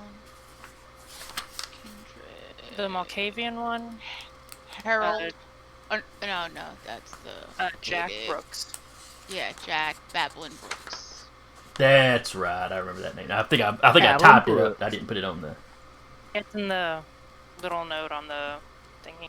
Yeah. Kindred, very, very aptly named. All right. So yes, Jack Babbling Brooks. I'll go ahead and jot that in here so I have it in multiple places.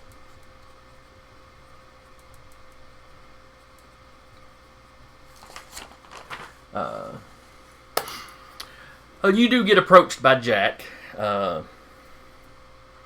There's actually several Malkavians here.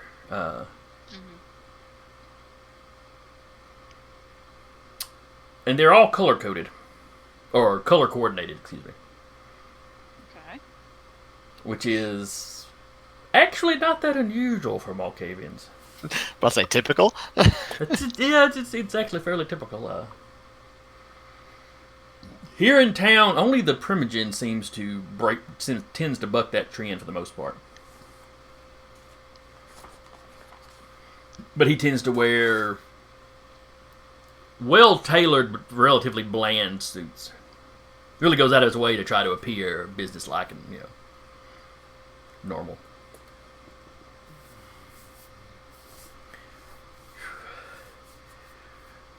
But as I'm saying, Jack approaches you. Maeve, my dear, how are you doing on this fine, fine evening? Better than most days. How about you? Oh, I'm doing quite well. The children are being a little rowdy of late. Understandable. Might be a little bit more rowdy later on in the evening as well. Yes, they've been much more active. I think it's a sign of an ill wind. Yeah. I think something dreadful is coming to our little city. Or maybe it's already Yeah. here. I don't know. Probably has been here for a while, and more is just coming along. It's possible. It's possible. Maybe more dark clouds are coming around. I just mentioned this to you because as I was nodding off the other morning, I'm pretty sure I heard the children mention you by name. Oh. It's hard to say. They're usually, by the dawn, they're usually departing themselves.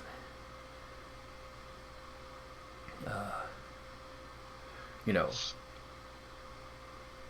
back to the graveyard. The playground is for living children during the day. Yeah. And you would know that Jack's domain is over close to what's referred to as the Dead Children's Playground. It has a more appropriate name, but it's next door to a cemetery, and that cemetery has got several ghost stories related to it. But there's also quite a few children buried there that died in the Spanish flu pandemic of 1918. And there's always been stories that at night you can hear them playing in the playground. You don't know exactly where he lairs, but it's over in that area. Yeah. So he often speaks about, this or that the children have been doing. Mm-hmm. Sometimes if you drive past, he may be propped up on the fence by the playground, just watching what appears to be an empty playground to you. But yeah. Okay. But he seems a little agitated, a little worried, perhaps. Do you know what the children were saying? Anything else besides when they were saying my name or talking about me? No, like I said, I was nodding off. The sun was just coming up. It might have been my imagination, but I thought you should know. If the dead are speaking of you, it could be a bad sign. Yeah. And I thank you for letting me know. Always happy to help.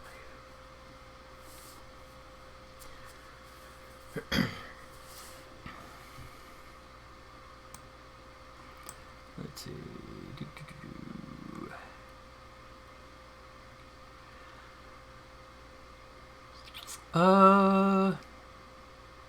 Let's see. He doesn't make any special attempt to approach you, but Blackjack, you see, also of Clan Malkavian, a friend of yours, old Bobby Bedlam. Oh boy. He's there. He nods at you when he sees you, but he's in conversation with somebody. So I might wait till he's done conversating and go approach him. I don't expect him to be here.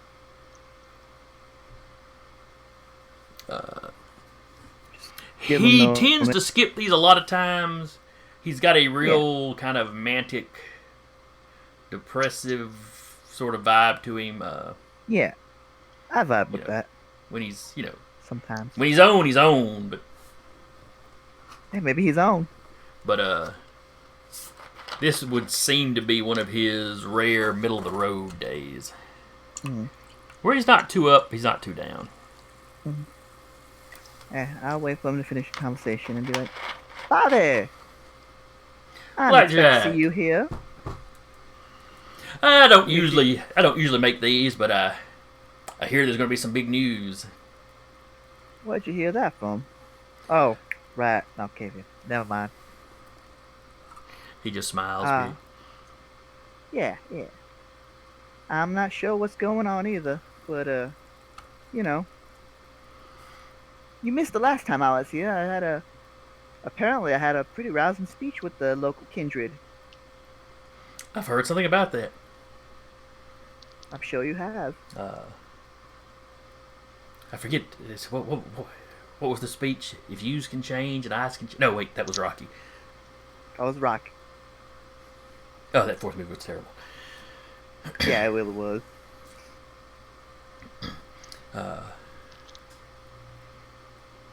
What were we talking about again? Oh, right, your rousing speech. But you know, that's actually something your clan used to be known for.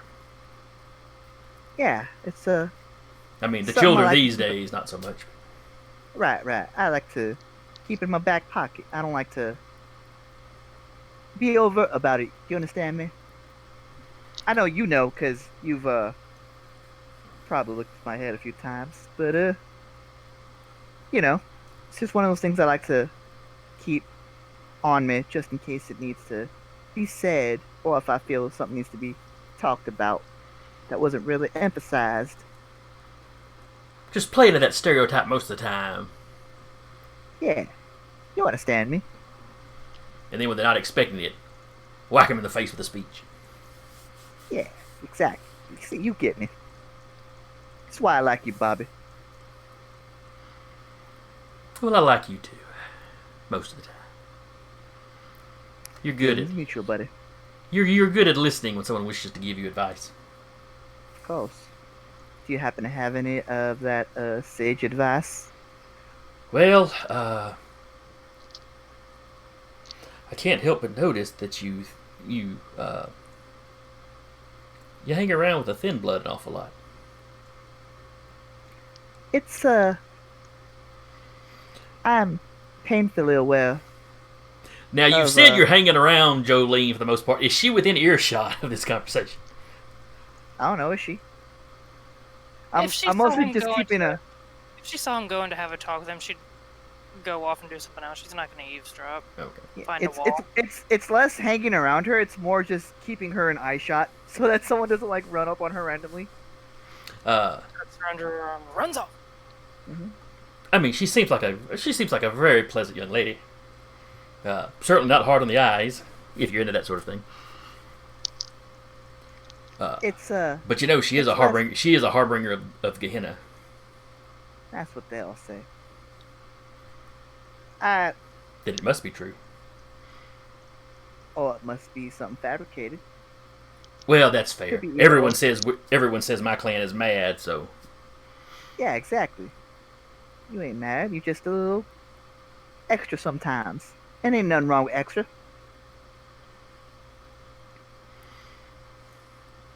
still though. Just think of it this way. Your building is only as strong as your weakest brick. You gotta make sure that that brick is properly maintained and I thought that I'm was saying chains look. and links. yeah, whatever. The metaphor still holds. You seem to have confused Point Bobby is- briefly. Anyway, Anyway, the just point is, I like to make sure that no one does anything untoward in my presence, because I'm not gonna say that I would ever violate Elysium, but at the very least, I would demand recompense for it. she's a friend of yours. That makes her fine in my book. Mm-hmm. Until she brings the end times. You know, since Brings the end since the prince chose to begin sparing the thin bloods with her, there's more and more of them in town. It's like people keep making vampires. I hear some. they're congregating in the north. Mark my words, something ill will come out of the north because of this. Little does he know. I mean, he ain't wrong. The players screaming internally. All the players are turning like, yeah, we know. He seems to be slowly working himself up the more he talks about, thin bloods in general. I wouldn't so much worry about it, because any kind of threat that we faced so far, we've kind of dealt with it. We took the Tremere thing on the chin, but everything else, smooth sailing. Yes, but we were eliminating them then. We were thinning them out. We were keeping Gehenna away from our town. I think it's something we just gotta watch and wait. And maybe if they come back to it, we'll see. Yeah, However, maybe so. I don't think it's a harbinger of the end times. I do appreciate your insights, of course, but we both know sometimes they can be a little cloudy, or not quite the full picture.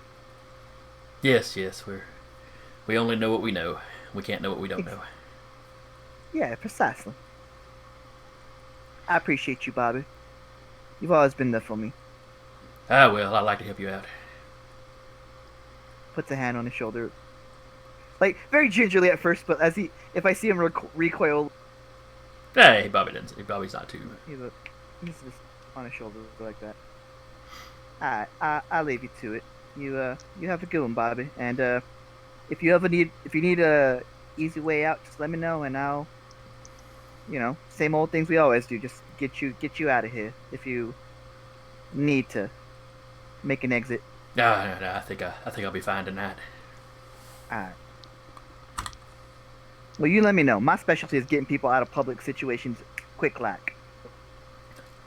Yes, I remember. And you wave at him and walk off.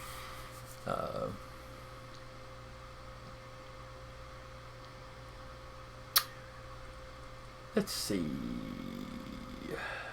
Alexander. Who here at Elysium would be curious about a new Nosferatu? I don't know. You tell me.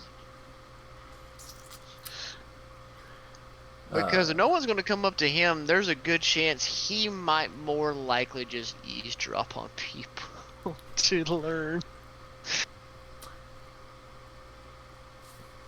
Who would he like to eavesdrop on? Oh God. You did this to yourself. I mean, he could, like I said, he could cloak. You see a cluster of Toreador over to one side that mostly seem to be watching Jolene.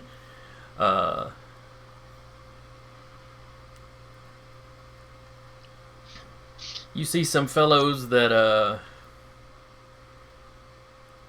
well, you see several groups that are just mixed. You're not familiar enough with the Kindred of the City to really be able to the Toreador in a group kind of stand out, but he'll probably slink within earshot of the Toreador, and then using his good old kind of cloak of shadows, he'll start to just quickly, just stand still so he slowly fades out of people's vision. okay. Give me a stealth. Yeah, let's see. Because you're in a let's room see full how of well people, this but they're not goes. necessarily paying you much attention. It's okay. The dice are being angry at me, not you. Don't say that. You then my don't turn. know that. So that's going to be what, a stealth plus Don't curse him with that. I just weakened him. We're gonna go with stealth. Give me a stealth wits, because this is less about being super stealthy. Yeah, It's like, it's less about you physically being able to be stealthy, and it's more of fading out when nobody's paying attention to you. of course, no modifiers, so no whammy, go. Okay, that's 2 successes. That's pretty reasonable.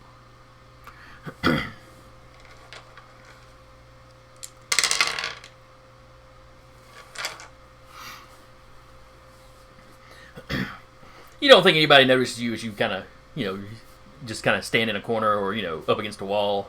You kind of pull the wallflower sort of thing.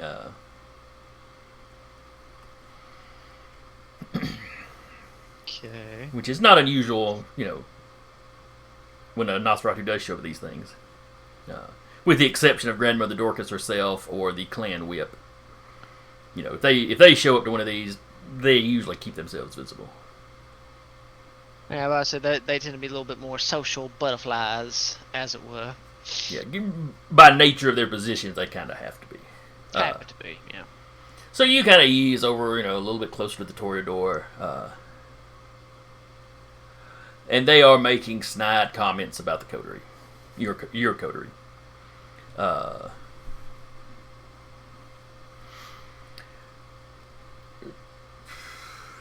You hear them. They're critiquing Blackjack's outfit. They're pretty sure it's exactly what he wore at the last one. Does he only have the one?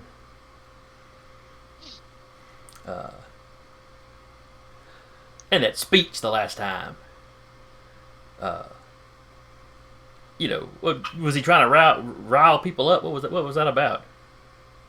Though one of them admits it was well given, though. And you have a couple other people in the crowd kind of go,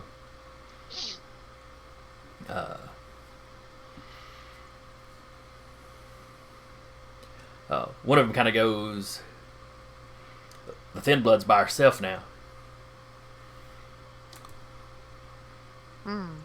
Should we go over there and, somebody in the crowd asked, or in the little group asked if, hey, you think it'd be funny if I went over there and spilled my drink on her?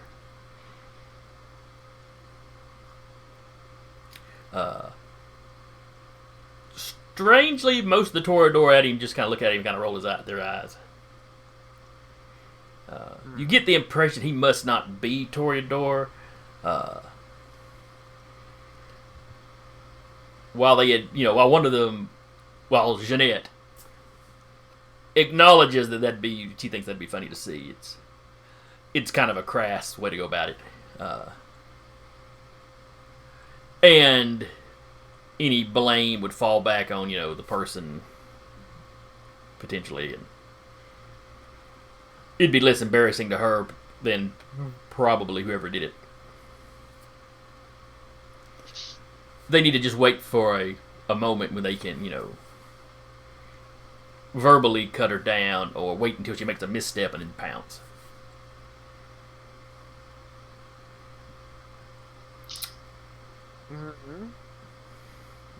Let's see.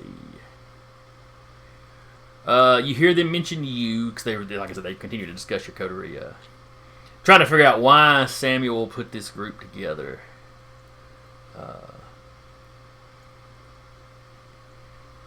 Having a brouhaha. I guess if they had burned down my clan's haven, if the Inquisition had burned down my clan's haven, I'd be wanting someone on hand, that can fight.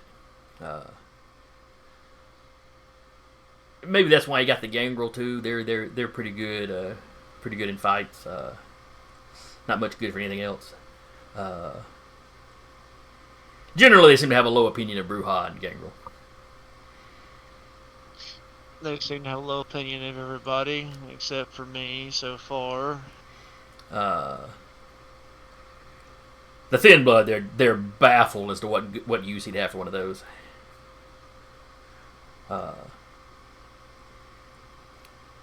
With the addition of the Nosferatu, though, they're wondering if he might have political ambitions.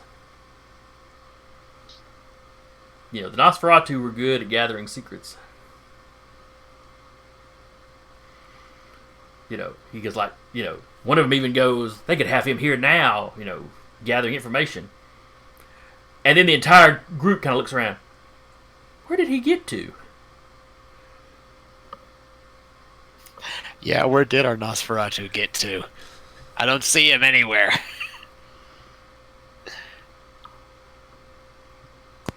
Doing Nosferatu things. Oh, there he is.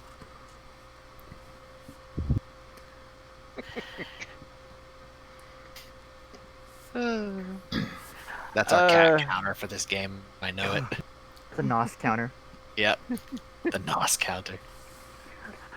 Like, he's 100% not going to move. He's not going to say anything. He's going to wait until the Toreador are, like, not paying attention in his general area. And then he's going to be like, that's enough eavesdropping on this conversation. I'm not learning much of anything. Yeah, and you're not. They eventually move on to subjects that aren't you, but it's, art exhibits at the museum. It's what you would kind of think of as stereotypical Toreador talk. Yeah, he'd get kind of bored of that. It's like, this ain't useful. So, and, like, the second they're not paying attention in his direction, he'll, like, slowly, like, start shifting towards another location. Give me another stealth check. Unless you're going to use the actual, Not your level 1, the level 2 that lets you move while still staying obfuscated. That Yeah, requires I a can- rouse roll though, so or you could just make another Yeah. stealth roll like you've made before. You did do pretty good on that roll, and you got a decent die pool for it. So What was it? Stealth and wits. yes, No modifiers. Yeet. oh yeah, you absolutely managed to slip off without them realizing you were there. Aha! I may not be stealthing in the dungeon, but I'm doing just as good. I mean, it's kind of a dungeon. Political dungeon. Exactly. I'm going to assume he's referencing a D&D game y'all are in or something. Oh, I have yet to ever play a rogue-like character. So, this is... To me, I'm kind of experimenting. I know it's a weird experiment, but it's interesting all the same. But anyway. Eventually, the seneschal steps forward, Tucker. And much like he did in the last one, he's got his little wine glass. And like a little stirring rod or something, some little glass thing, kind of dings it on the edge of the cup. To draw everyone's attention. It's not real loud, but everybody's used to how he does this. So as soon as that starts, everybody kind of gets silent and looks over towards kind of the back of the room. And like I said, this was a bank, so you're in kind of the big central area. Very high ceilings, or relatively high ceilings. Done up in kind of classically how it looked. Because once the bank donated it to some people, they went through a lot of restoration on it. The back door is open. The Primogen file out. At that end of the room, there's seats set up for all of them, with two kind of in the center, much like they had at Bird on the Mountain, where you're going to have the prince and his wife sitting here, and the rest of the Primogen kind of flanking them. But they come out and they take their seats. Then the prince and his wife come out, or Lady Deschler, come out, and she sits. The prince is still standing at the moment.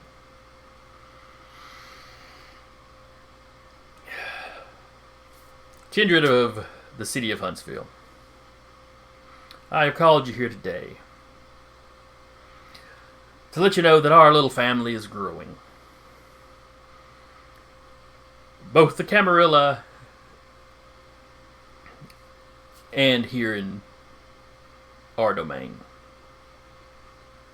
As you have likely heard, the Banu Haqim will soon be joining the Camarilla.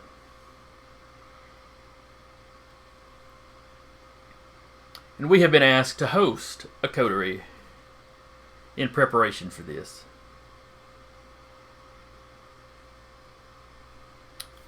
Please allow me to introduce. And as he says that, 4 individuals come walking in. 2 of them are dressed in fairly traditional Muslim garb. I mean, not like over the top or anything, but they look to be of African descent. And then there are... The next 2 that follow behind them are not what you would classically think of as children of Hakim. As they are both, pretty white European looking. They come out. This is Arif Zakara, Zakaria. Zakaria, excuse me, Zakaria. This is Arif Zakaria.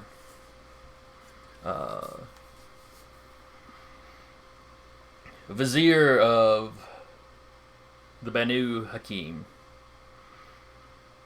He is the head, he is the elder of this coterie.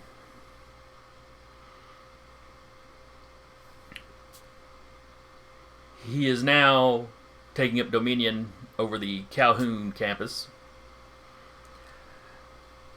And Samuel, you can see Alejandro kind of tense up when he says that, but he keeps it pretty on the down low. Mm-hmm.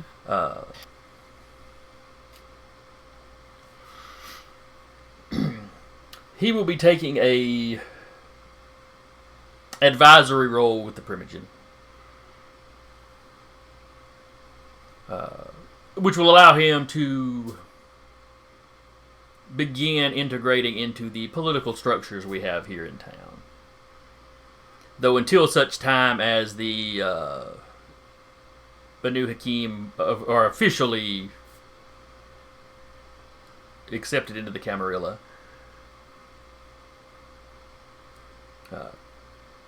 that's what I say. Be a purely advisory position until such time. In addition to him, we have his daughter, Abla Zakaria, and Bruce Bradley, and he points to the man, and Anya Petrov. He gestures to the other. Both of them look like soldiers. They just have that, ramrod straight pose. They're kind of at a, at ease kind of pose, flanking the Zacarias. And if you pay attention, their eyes are sweeping the crowd kind of at all times. If ever they make eye contact with me, I just kind of do the eyebrow waggle. Anya is the one that catches your eye. When you do that, she kind of...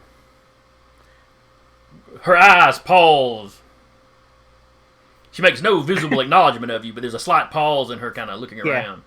So you know she caught it. Good. As Blackjack's like, hey, baby. That's less hey, baby. It's more I recognize new people in the city. Hey, baby, maybe later.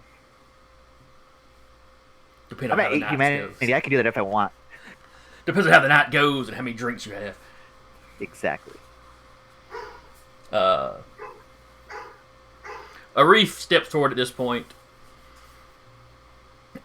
Thank you, Prince, for your warm welcome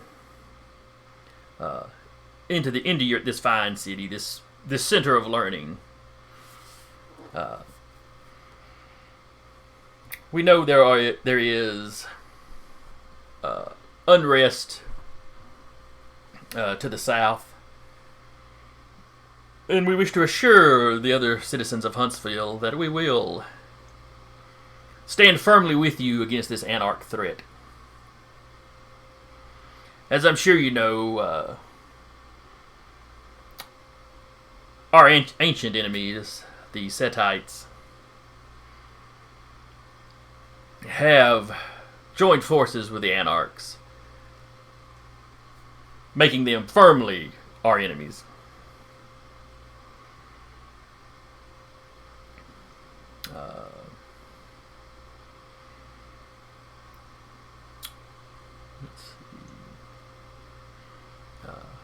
If there is ever anything that we could do to aid any of you, do not hesitate to ask. We have knowledges and skills that of late may be lacking in the city.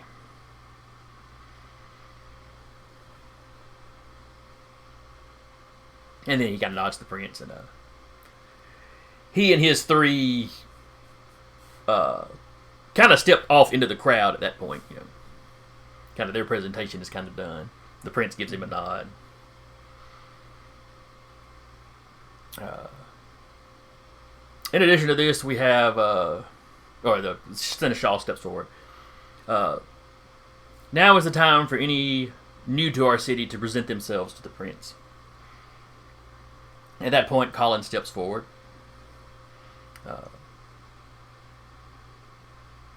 My prince, I am Colin of Clan Gangrel. I have been sent to your city in search of an item or information on an item. My investigation will take me primarily to the north, out of your domain. But with your permission, I will use your domain as a base of operations, a safe haven out of the wilds. The prince nods. You're no stranger here, Colin. So long as you obey the traditions, you may dwell here as long as needed. For purposes of your sustenance, you may hunt the old Gangrel territories to the north, as they are currently unused.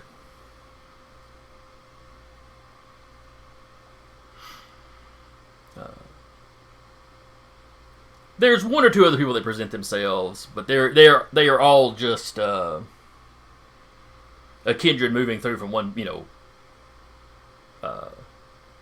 just passing through. But they've got to spend a night or two here, so they get acknowledged by the prince.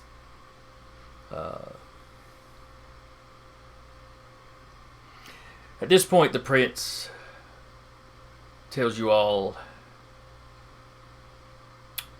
Let's see, we use heavy heart. Yeah, he'll simply. It's been brought to my attention that there is a gathering of lupines to the north. There's a slight murmur in the crowd at that point. They seem to be massing and will undoubtedly be causing some sort of trouble soon. You hear one voice towards the back. I knew it!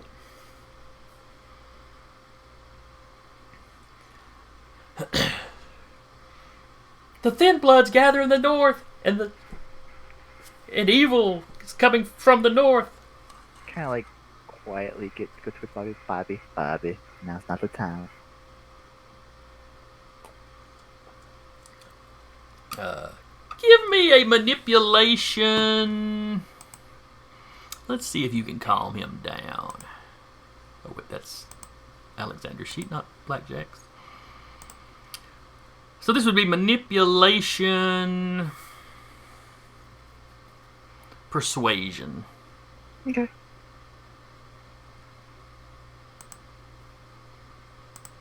Do I have a modifier because he's my friend? I'll give you a +1 because you're buddies and he trusts you. Okay. Mm-hmm.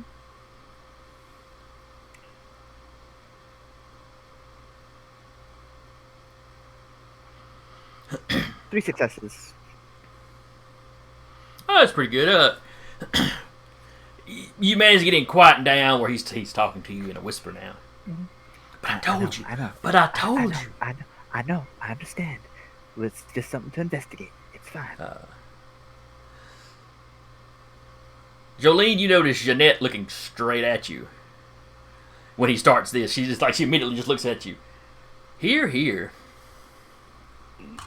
Just looking straight ahead, kind of like that 1,000-yard stare. 1,000-yard stare. I'm looking for my happy place. I'm looking for my happy And place. when he goes, the Thin Bloods are guy in the north. Yeah, you're pretty sure everybody in the room just sort of does the slow turn to look at you. Shoulders squared, looking straight ahead. Except for the Banu Haqim. They don't seem to know what's going on. I'm sure they'll find out.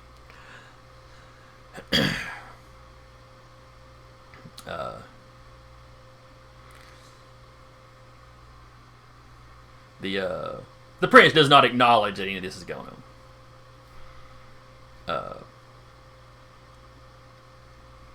You notice him cut his eyes towards Jeanette when she goes here, but other than that, he just continues on that, our visitor Colin has brought this, has helped discover this, as well as his children, who is, one of us. It appears we have had a wolf in sheep's clothing dwelling in our town, in our city, this entire time. Steps will be taken to root them out. And I assure you that the sheriff and the scourge will are on alert and will be directing much of their forces to the north.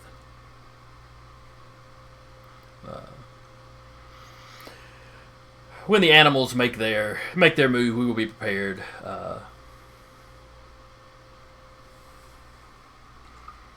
We are already equipping our sheriffs with the tools they will need to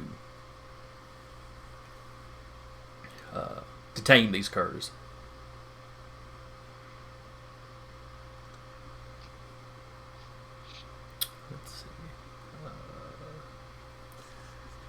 Should it prove that we need the assistance of any of the rest of the coteries, we will, of course, notify you. And then they move on to some other minor business of the town. And then the Primogen, they all step down and they all start intermingling, and it kind of goes back to a party atmosphere at this point.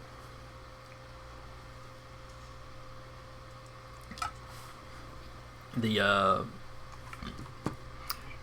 Malkavian Primogen,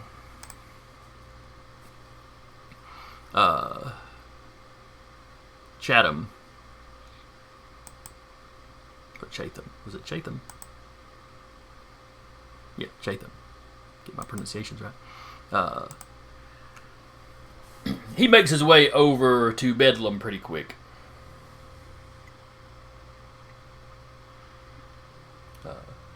Blackjack. He gives you a nod as he walks by. Thank you for calming my clanmate down. He's a friend of mine, clan or otherwise. I just, I understand the plots of the Malkavian, child of Malkav. I do my best to. Yes, generally he doesn't venture out to these, but it's quite alright. We thought he was having a good day. He was.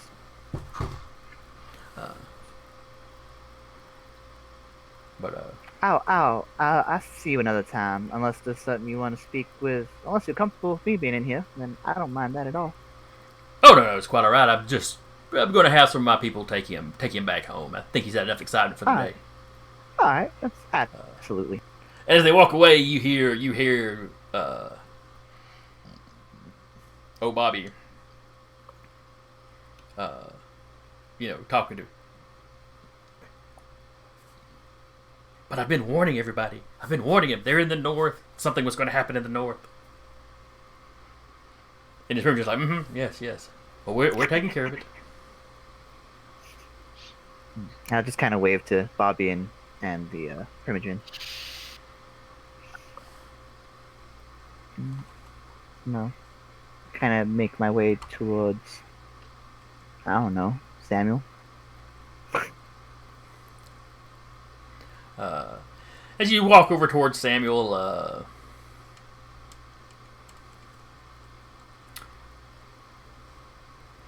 let's see. Your path winds up blocked by the lady you met eyes with, Anya Petrov. Okay. Alright. How?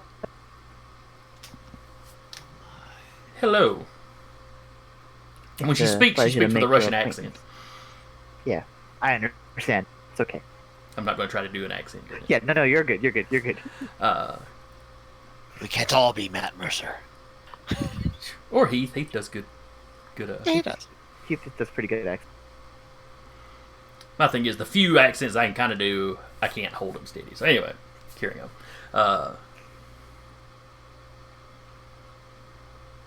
She introduces herself. Pleased to make your acquaintance. My name is Blackjack. Is that your actual name or just what they call you? It's call it a chosen name in it as my afterlife, I suppose. I see. John Mulligan's dead. Blackjack is who's here.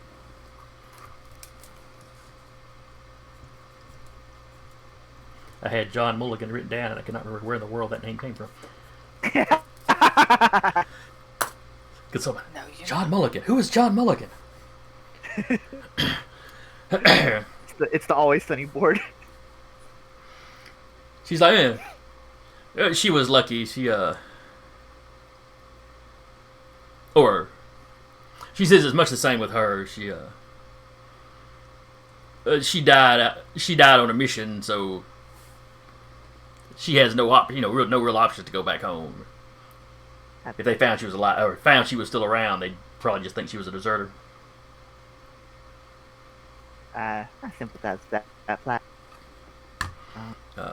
Kind of in the opposite direction, but I sympathize nonetheless. And she's quite athletic looking. What is with you giving me muscly women? You keep playing Somewhere bruises. she's like, she's not my cousin. Blonde But is hair. She's 5'6" or so.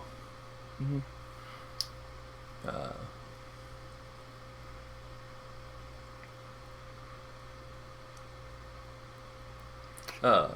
And what clan do you belong to? I'm a Bruja. Oh, one of the sheriffs. Not quite. Childers. No, not quite. No.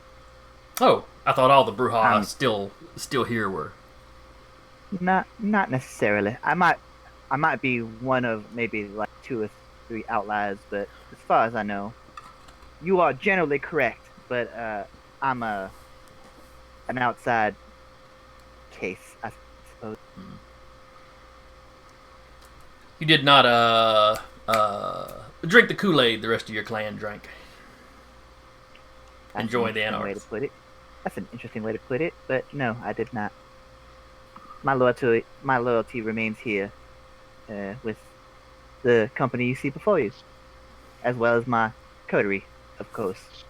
No, yes, of course. I have faced a Bruja or two in my day. What did you think?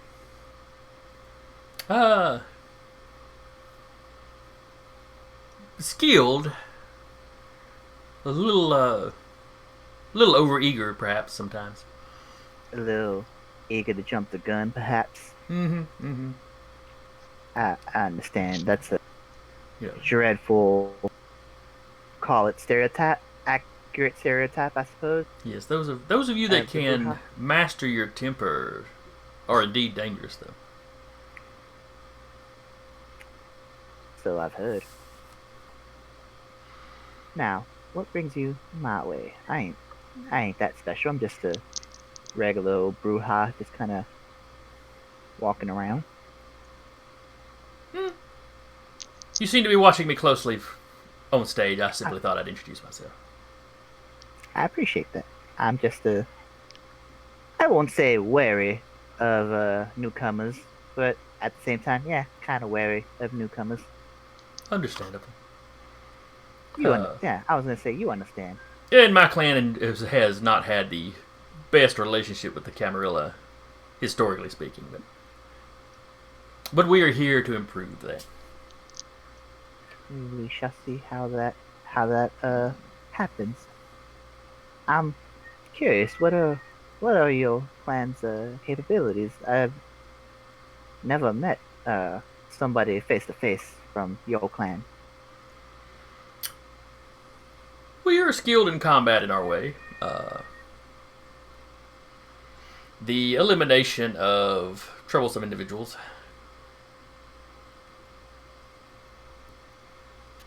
Are you gonna shake if someone says assassin?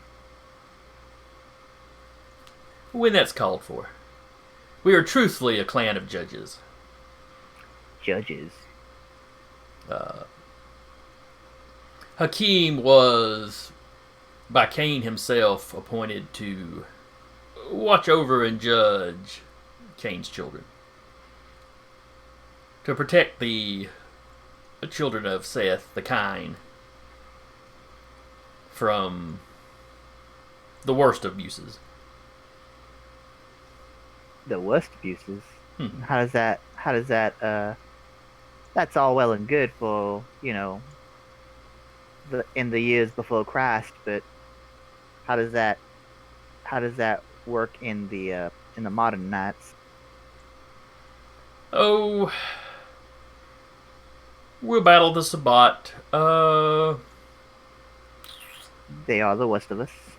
Granted. Anyone attempting to set themselves up as a blood god, as they often did in the old days.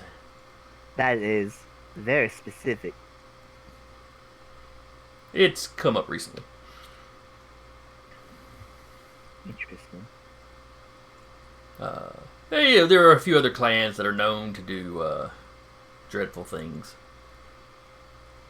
Whether it's the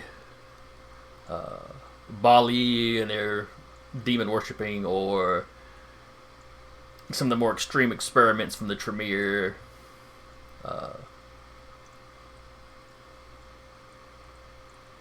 Spellcasters like I just said, one step away. What was that? Spellcasters are always just one step away from setting a nuke to setting fire to their surroundings. Yeah, blood sorcery can be used beneficially. Is this going to be a theme for a while? You don't know. Uh-huh. It's all fun and games until Samuel erupts in a pillar of flame and starts flinging it around. So anyway, she What is she chit-chats doing with using fire? I don't know. she chit-chats with you a little more and then moves on. You kind of notice that all the Banu Haqim are mingling. I was gonna say, are you gonna say they're like all within like eye shot of me, like? Warriors, boy. No, they just all seem to be mingling and chatting with, meeting as many people as possible. I haven't thought about it a little bit. I would probably like U-turn away from Samuel and probably go towards Prince. Against my better judgment. Okay. Let's see. Who else But is? you can go someone else for now. Yeah. We'll bounce to somebody else briefly. Yeah. The Prince is, of course, surrounded by all kinds of people. Everybody wants to talk to the Prince. It's gonna take me a hot minute to get there. Grab a number. That's if the finish. I'll let you even get to him. That's also fair.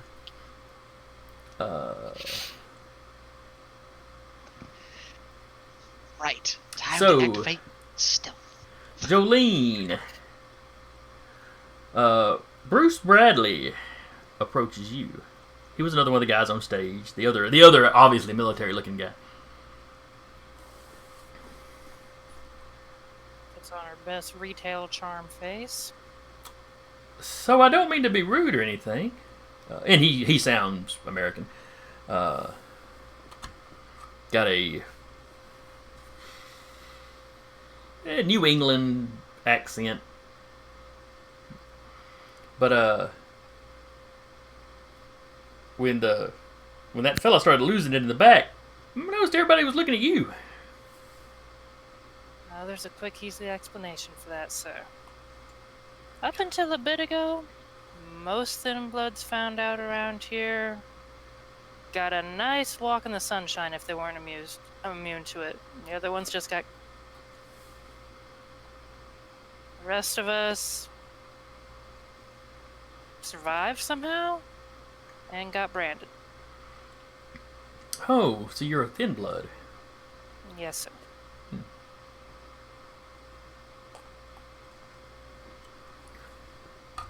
I guess that makes sense with what he was saying.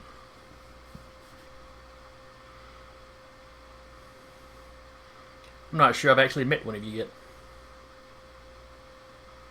We're not that much different. Really, that's not what I've heard. Well, I mean, what you did have start this heard? off by talking about, if you're not immune to the sun. Well, we did get some special gifts in exchange sometimes for being the bottom of the pecking order, I suppose.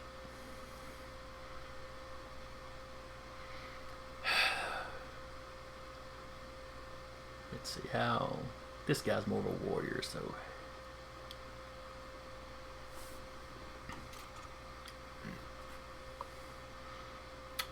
I've noticed, or we'd heard the Camarilla had begun changing their policy on the Thin Bloods.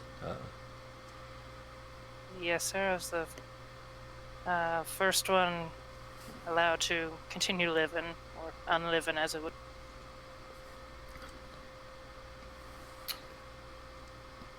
Why you? Or was it- Honestly, sir, I wish I knew. Oh, yeah. My clan's has some mixed feelings. The more traditionalists that we've broken away from, those that still follow the old ways, I think they are much more on par with what the Camarilla used to be, as far as their treatment of the Thin Bloods. A reef here is less of a opinion that you should be that anything should be done about the Thin Bloods. He agrees with the old teachings that you're a sign of the final nights, but not a cause of them. Much like the Red Star appearing all those years back was a sign of things coming, but not something that caused anything. I can only speak for myself and those that I know, sir. Most of us just want to live our lives.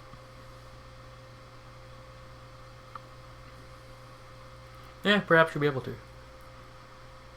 That is the dream. In the end, it may only be you that survives. If the beckoning begins to call us all. Well, someone has to keep the traditions, huh? Yes, the traditions are extremely important.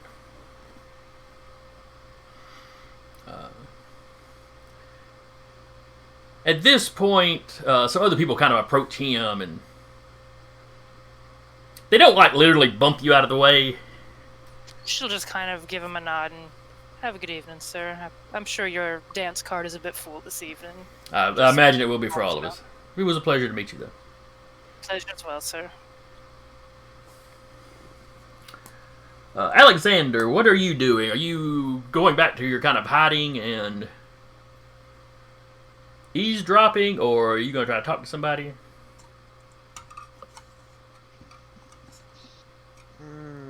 That does beg a good question, doesn't it? Because he'd probably be more inclined. I mean, that's what he enjoys to do, is just a little bit of lurking. He'd probably go just kind of eavesdrop on mostly whichever one was hinting at blood magic. A little bit. Well, Arif had said that they could provide some abilities and skills that the city had been lacking in recently. That might have been a jab at Tremere. Probably. And he was very definitely the one in charge of the new guys.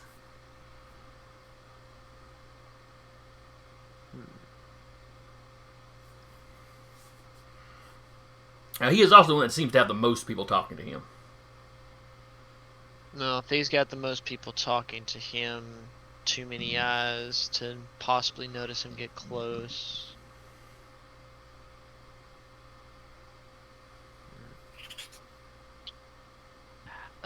If anything, he would probably Actually, at this point, he would probably just socialize a little bit and maybe go talk to Jolene.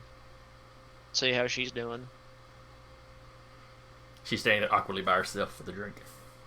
Straight up not having a good time, bro. Oh, he's very well aware. As you're walking up to her, one of the Tremere come by and kind of give her the up and down look.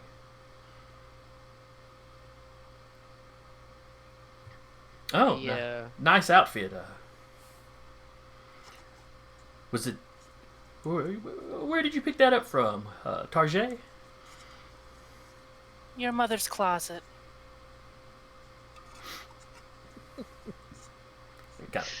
They kind of wrinkle their nose at you. Oh. Takes a sip of her drink. You know what? It's not even like a sip. It's just Just teased her lip.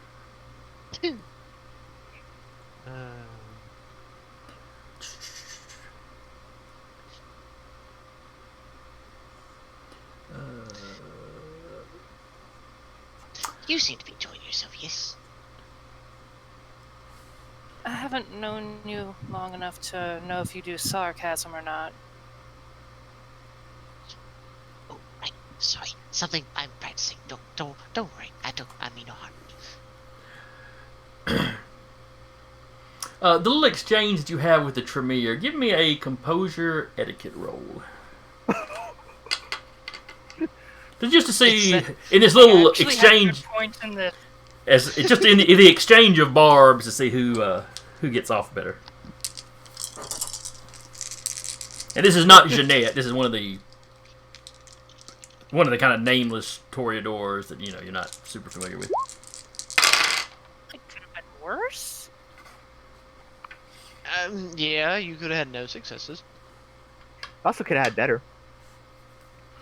They beat you by 1.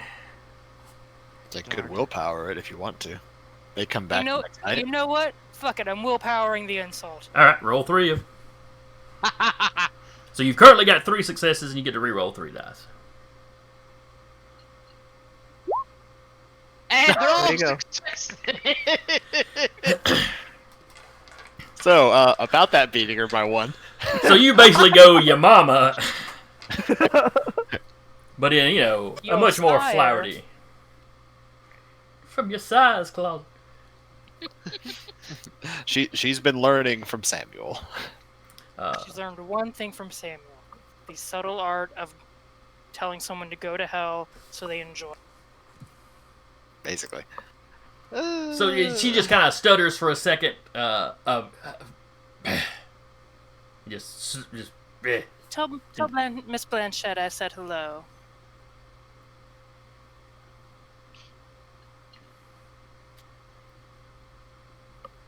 She walks away muttering something about not being your messenger. But I made you my bitch. And that's when Alexander walks in and goes, I see you're having fun. Pretty much. Oh man.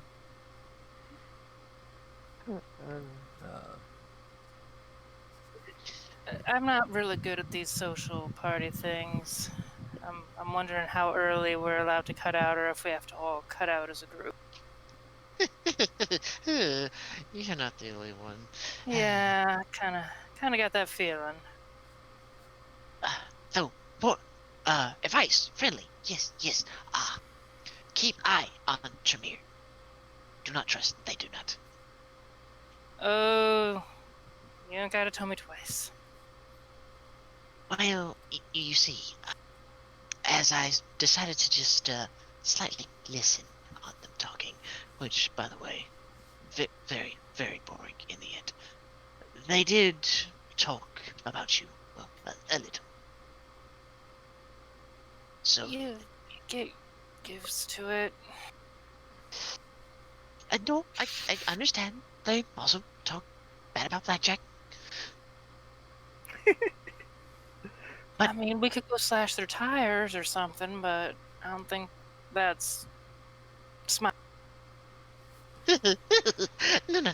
I do better. Rats. I can gather plenty of them. But that's neither here nor there. Yes. But You're anyway, gonna. I mean, why would you get rats? Are they gonna slash the tires? Do they have tiny knives?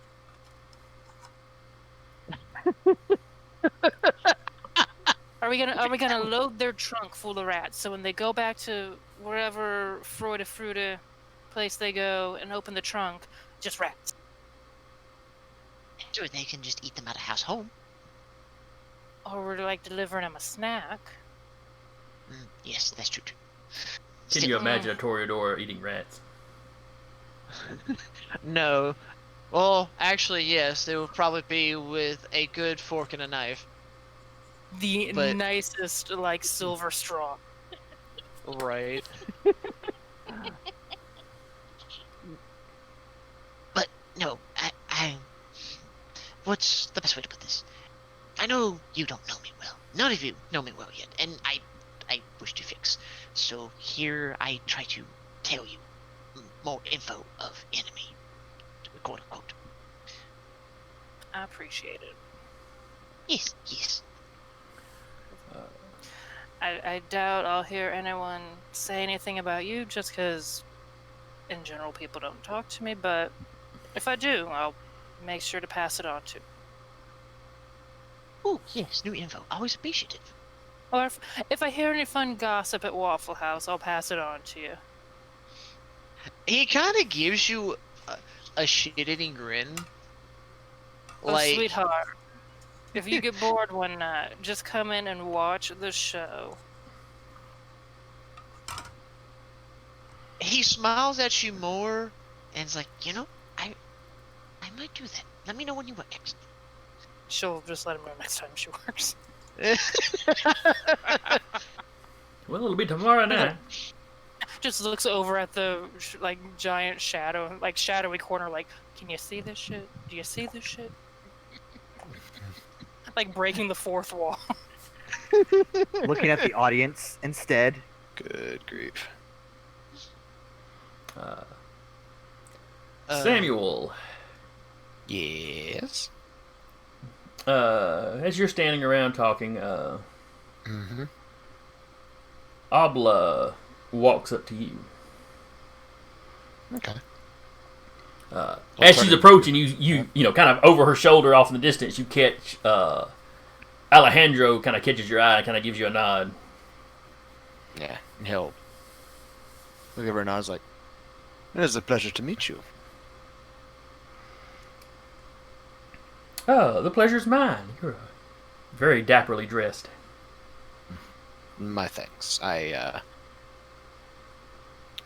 prefer to be a little bit more ostentatious. She kind of nods. We're supposed to be mingling and meeting the kindred of the city. Of course. I am Abla Zakara. I'm sure you know that as my father introduced us, but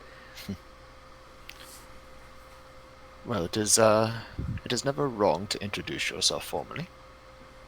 I am Samuel Coldwood.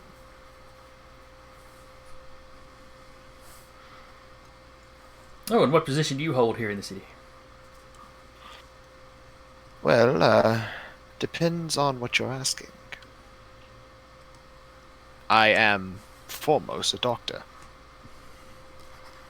Oh, medical? Yes, indeed. I mean, it's a college town. A lot of people could have doctors. Yes. Well, that's an interesting profession for one of us. Can blame my sire. He chose you because you were a doctor, or pressed you to become a doctor? No, we were both veterans of war. And he was my teacher in the arts of battlefield medicine. I have had some training in that. Not to the level of being a full doctor or anything. But... And it's not something I've had much use for since the Embrace. But Well, our bodies may be different, but the physiology is the same.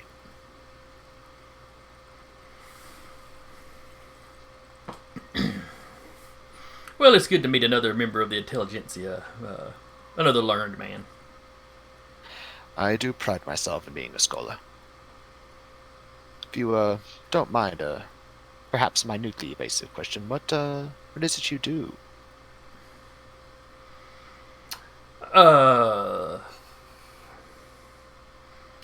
I specialize in the use of blood sorcery. If I know my history correct, that would make you of the sorcerer caste? Yes, I was blanking on what the caste was called. I remember the viziers and the warriors. Yeah, I am fairly certain that Mr. Bruce Bradley and Lady Anya Petrov are warriors. It's pretty obvious from looking at them, isn't it? They just have that bearing. Yeah. And yes, he was... Bruce was American Special Forces, and Anya was Spetsnaz. Interesting.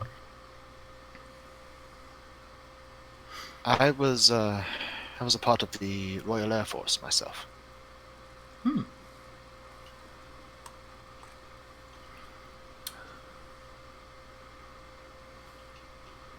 So English, I assume, from the accent.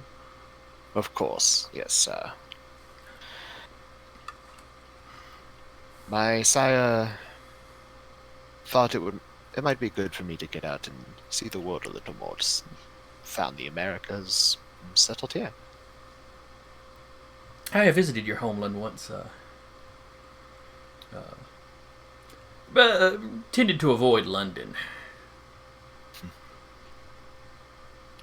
Mithras was not someone to be trifled with. Nope. Strange how it was the kind that eventually brought him down. There's one thing I have learned through my many years: the kind can certainly surprise you in many ways. 1,000 years of ruling a city, only to be killed by the mortals. It can certainly happen if you are not careful. My clan tends to be very careful. I do my best to be. Despite the many prejudices against my clan. Oh. To what clan do you belong? I am one of the few members of Clan Tremere left in the city.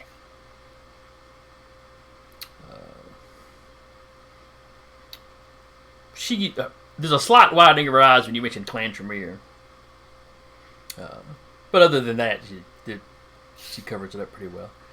Yes, I'd heard the Second Inquisition had burned your home down. You're a chantry. He doesn't comment on that he caught it. Well, actually, no, he probably would. I'll just sort of give a brief smile. It's like, I know it doesn't look it, does it?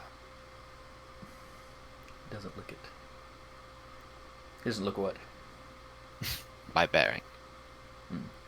Personality.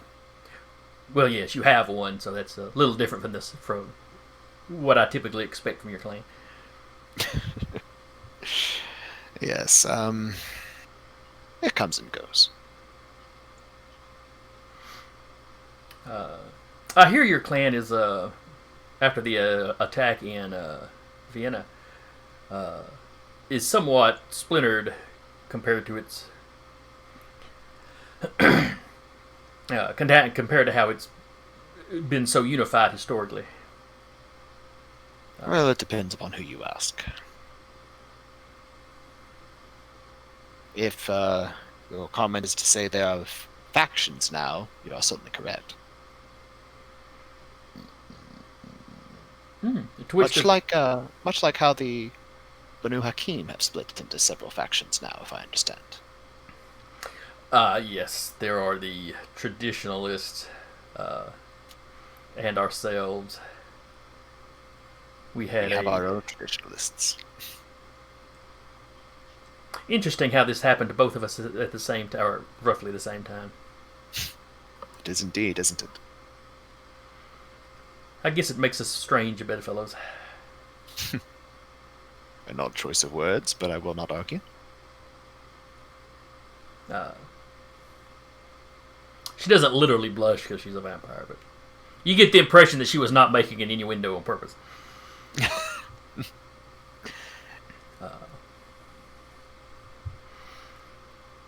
see. What else?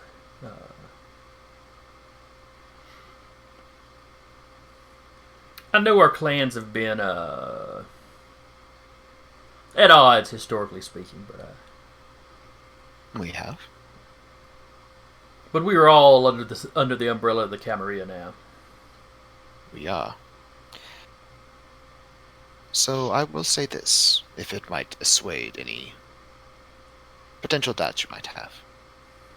I, first and foremost, am a scholar. My primary concern is to learn and to grow my knowledge. So I hope that is not considered at odds. I do my best to keep the kine out of my business.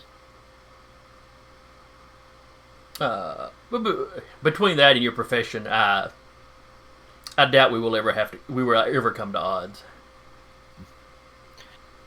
Yes, I would prefer not to be judged. You know, provided, of course, that your local clan mates do not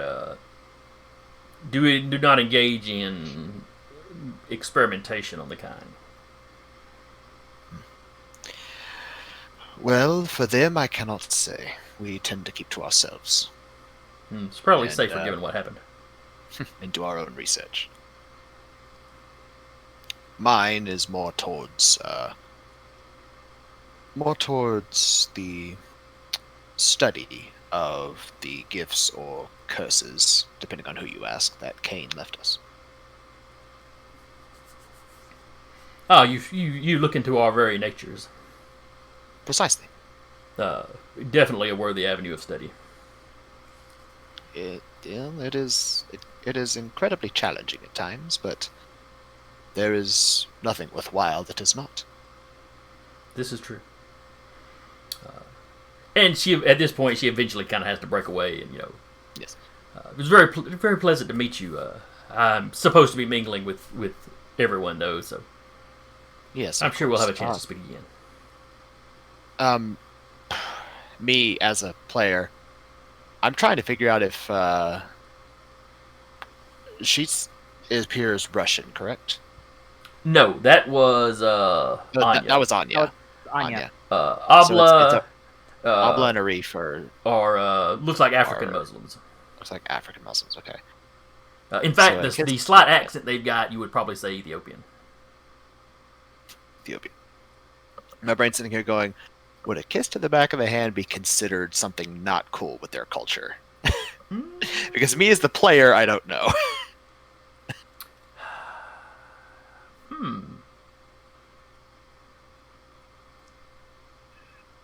She's been to England.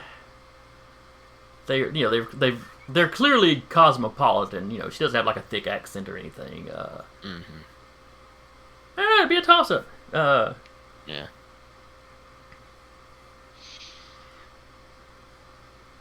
She's not. She's wearing a bit of a scarf, but it doesn't appear to be one of the more. I don't want to say extreme. One of the. She's not dressed like the more strict sex. Yeah. No, he probably, since this is their first meeting, probably just give a brief nod. It's like, the pleasure was mine, Miss Abla Zakata.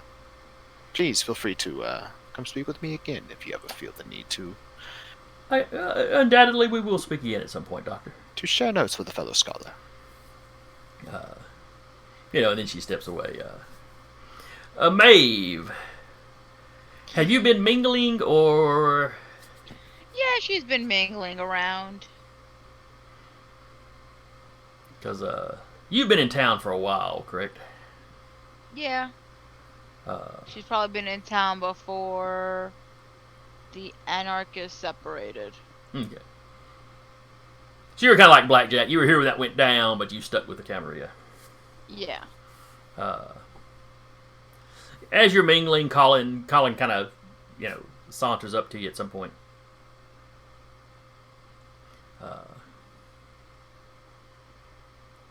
I can't help but notice that, he's like, you watch these two. And he kind of gestures over to while Samuel and, Abla are talking. She'll watch. I think this Taking is a sip of. I believe they're having a bit of a contest as to who can smooze who the best. Note their, he doesn't actually point, but note their superiors. And as he kind of gestures or draws your attention to Alejandro and Arif, both of them, they're talking to other people, but they also seem to be keeping a fair amount of attention on the conversation going on between these two.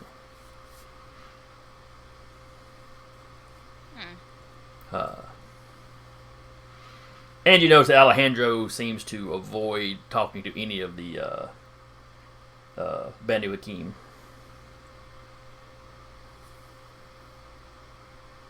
I mean, they know sorcery probably a bit different than the Tremere wouldn't know it, but it's still in sorcery all the same. Yeah, they definitely have their own traditions about it, but yeah.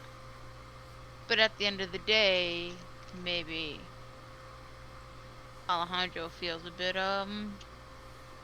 cornered, or feels like somebody's kind of encroaching into his territory.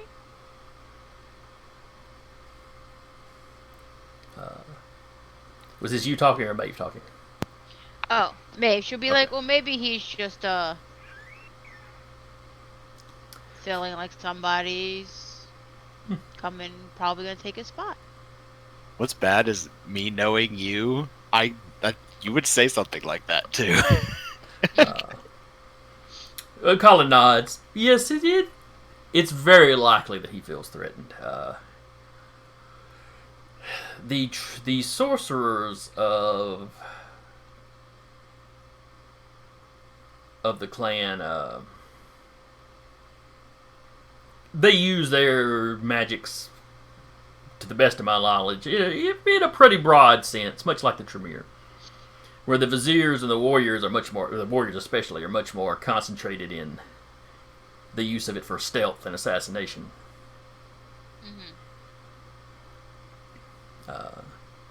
I don't know why they would have been sent here to Huntsville.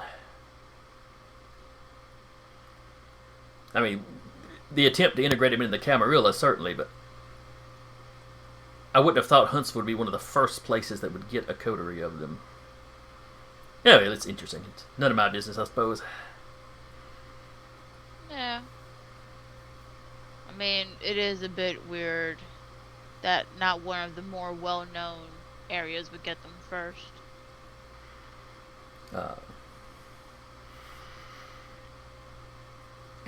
But maybe the Camarilla knows something we don't and don't want to tell us. It would not be the first time that has happened. Yeah. Always be careful around those in power. Yeah, that was one of the first things you taught me. Well, I'm glad to see it stuck with you. I hope my warnings to be careful around the Tremere also stick with you. Of course. I mean, the only time I have any contact would be with Samuel. I don't really talk to any of the others. That's probably for the best. But watch yourself around him as well. He seems a decent sort, but you can never tell with the warlocks. Yeah. And our clans do not have the best of history. Yeah. At this point, the back door opens and one of the gargoyles steps through. Charybdis, the male. He has. Oh, I'm sorry. I was about to forget. Blackjack was trying to get to the prince. Yeah, the seneschal is definitely running interference. What? The prince is very busy. If you have some bit of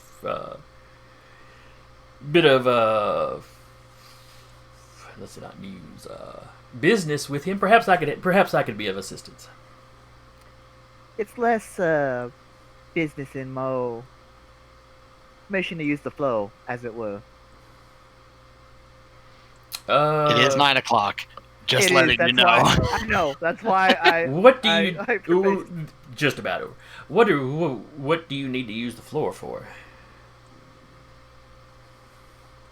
I heard some dissenting whispers as lupines were mentioned, and I just wanna allay everybody's fears. Perhaps another time. Everyone is mingling and meeting the new additions to the city. If you say so, Seneschal. Yes. Perhaps another time.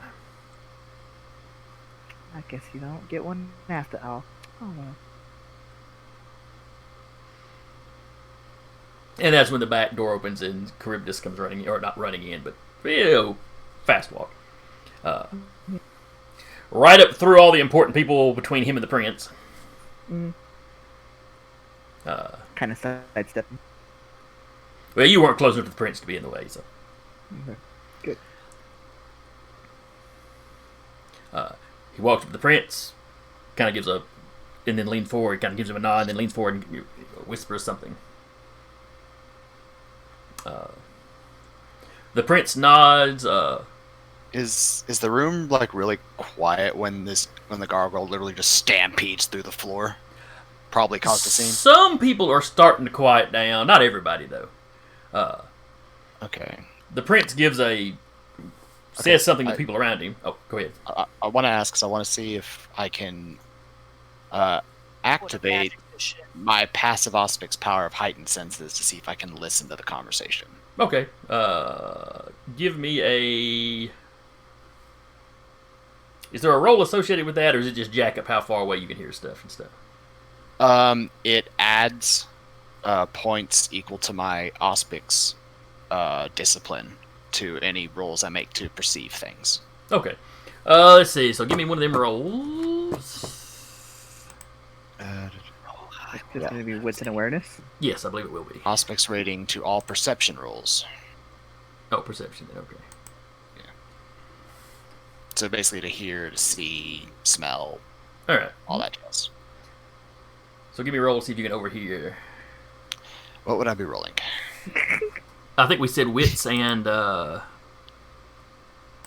merely suggested it. I'm not the storyteller. No. Wits awareness? I know awareness is one of them. Yeah.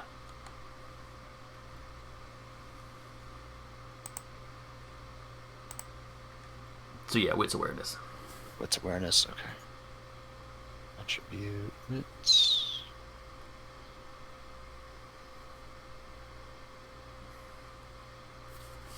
Lovely. Oh. So the beast fouls it up because it is just a perception roll. Yeah. Isn't there something in there to use willpower to suppress if a critical hits? I don't really know. And it's late enough that I'm not going to dig through the book right this second. Yeah. So I just don't hear anything. Or you hear a little bit of everything. There. Still like a lot of interference going on. You know, the beast kicks well- in, and you know. Well, see, there is another bit to it, is if there's an extreme noise, like if exposed to extreme sensations, then I have to make a wits resolve roll, difficulty 3 or more, to dampen my senses in time, or I take an overload. So could trigger that. Yeah, we'll say he came flying in like that, and by the time he starts to talk, the door he came through slammed shut, just as you were activating your bestial senses. Okay, So you don't- So So you don't catch what is said, but the prince quickly dismisses the people he was talking to, and you see him make a little signal to the sheriff, and the sheriff and the couple of deputies that were here all start filing out with him. As they leave, the gargoyle Charybdis follows with them. Everybody starts mumbling and questioning what was going on, and we'll find out what was going on next week. okay. So we will wrap here. Everybody in the chat was quiet, but we had several people watching along with us. And we're always happy to have Yes, you. thank y'all for showing up. And I saw like up to 5 people watching. I'm like, yay, numbers. People. I actually think I saw 7 at some point. But People. I think anyway, our first Vampire Day we had like 11. possibly. So anyway, I had fun running. I hope my players had fun. I hope everybody watching had fun. Yeah. Come back tomorrow when I believe we'll be having our Monster of the Week game run by V. Thursday should be Descending to Avernus with Maddie. Back on Mondays with Heath running Escorts. And of course us on the following Tuesday.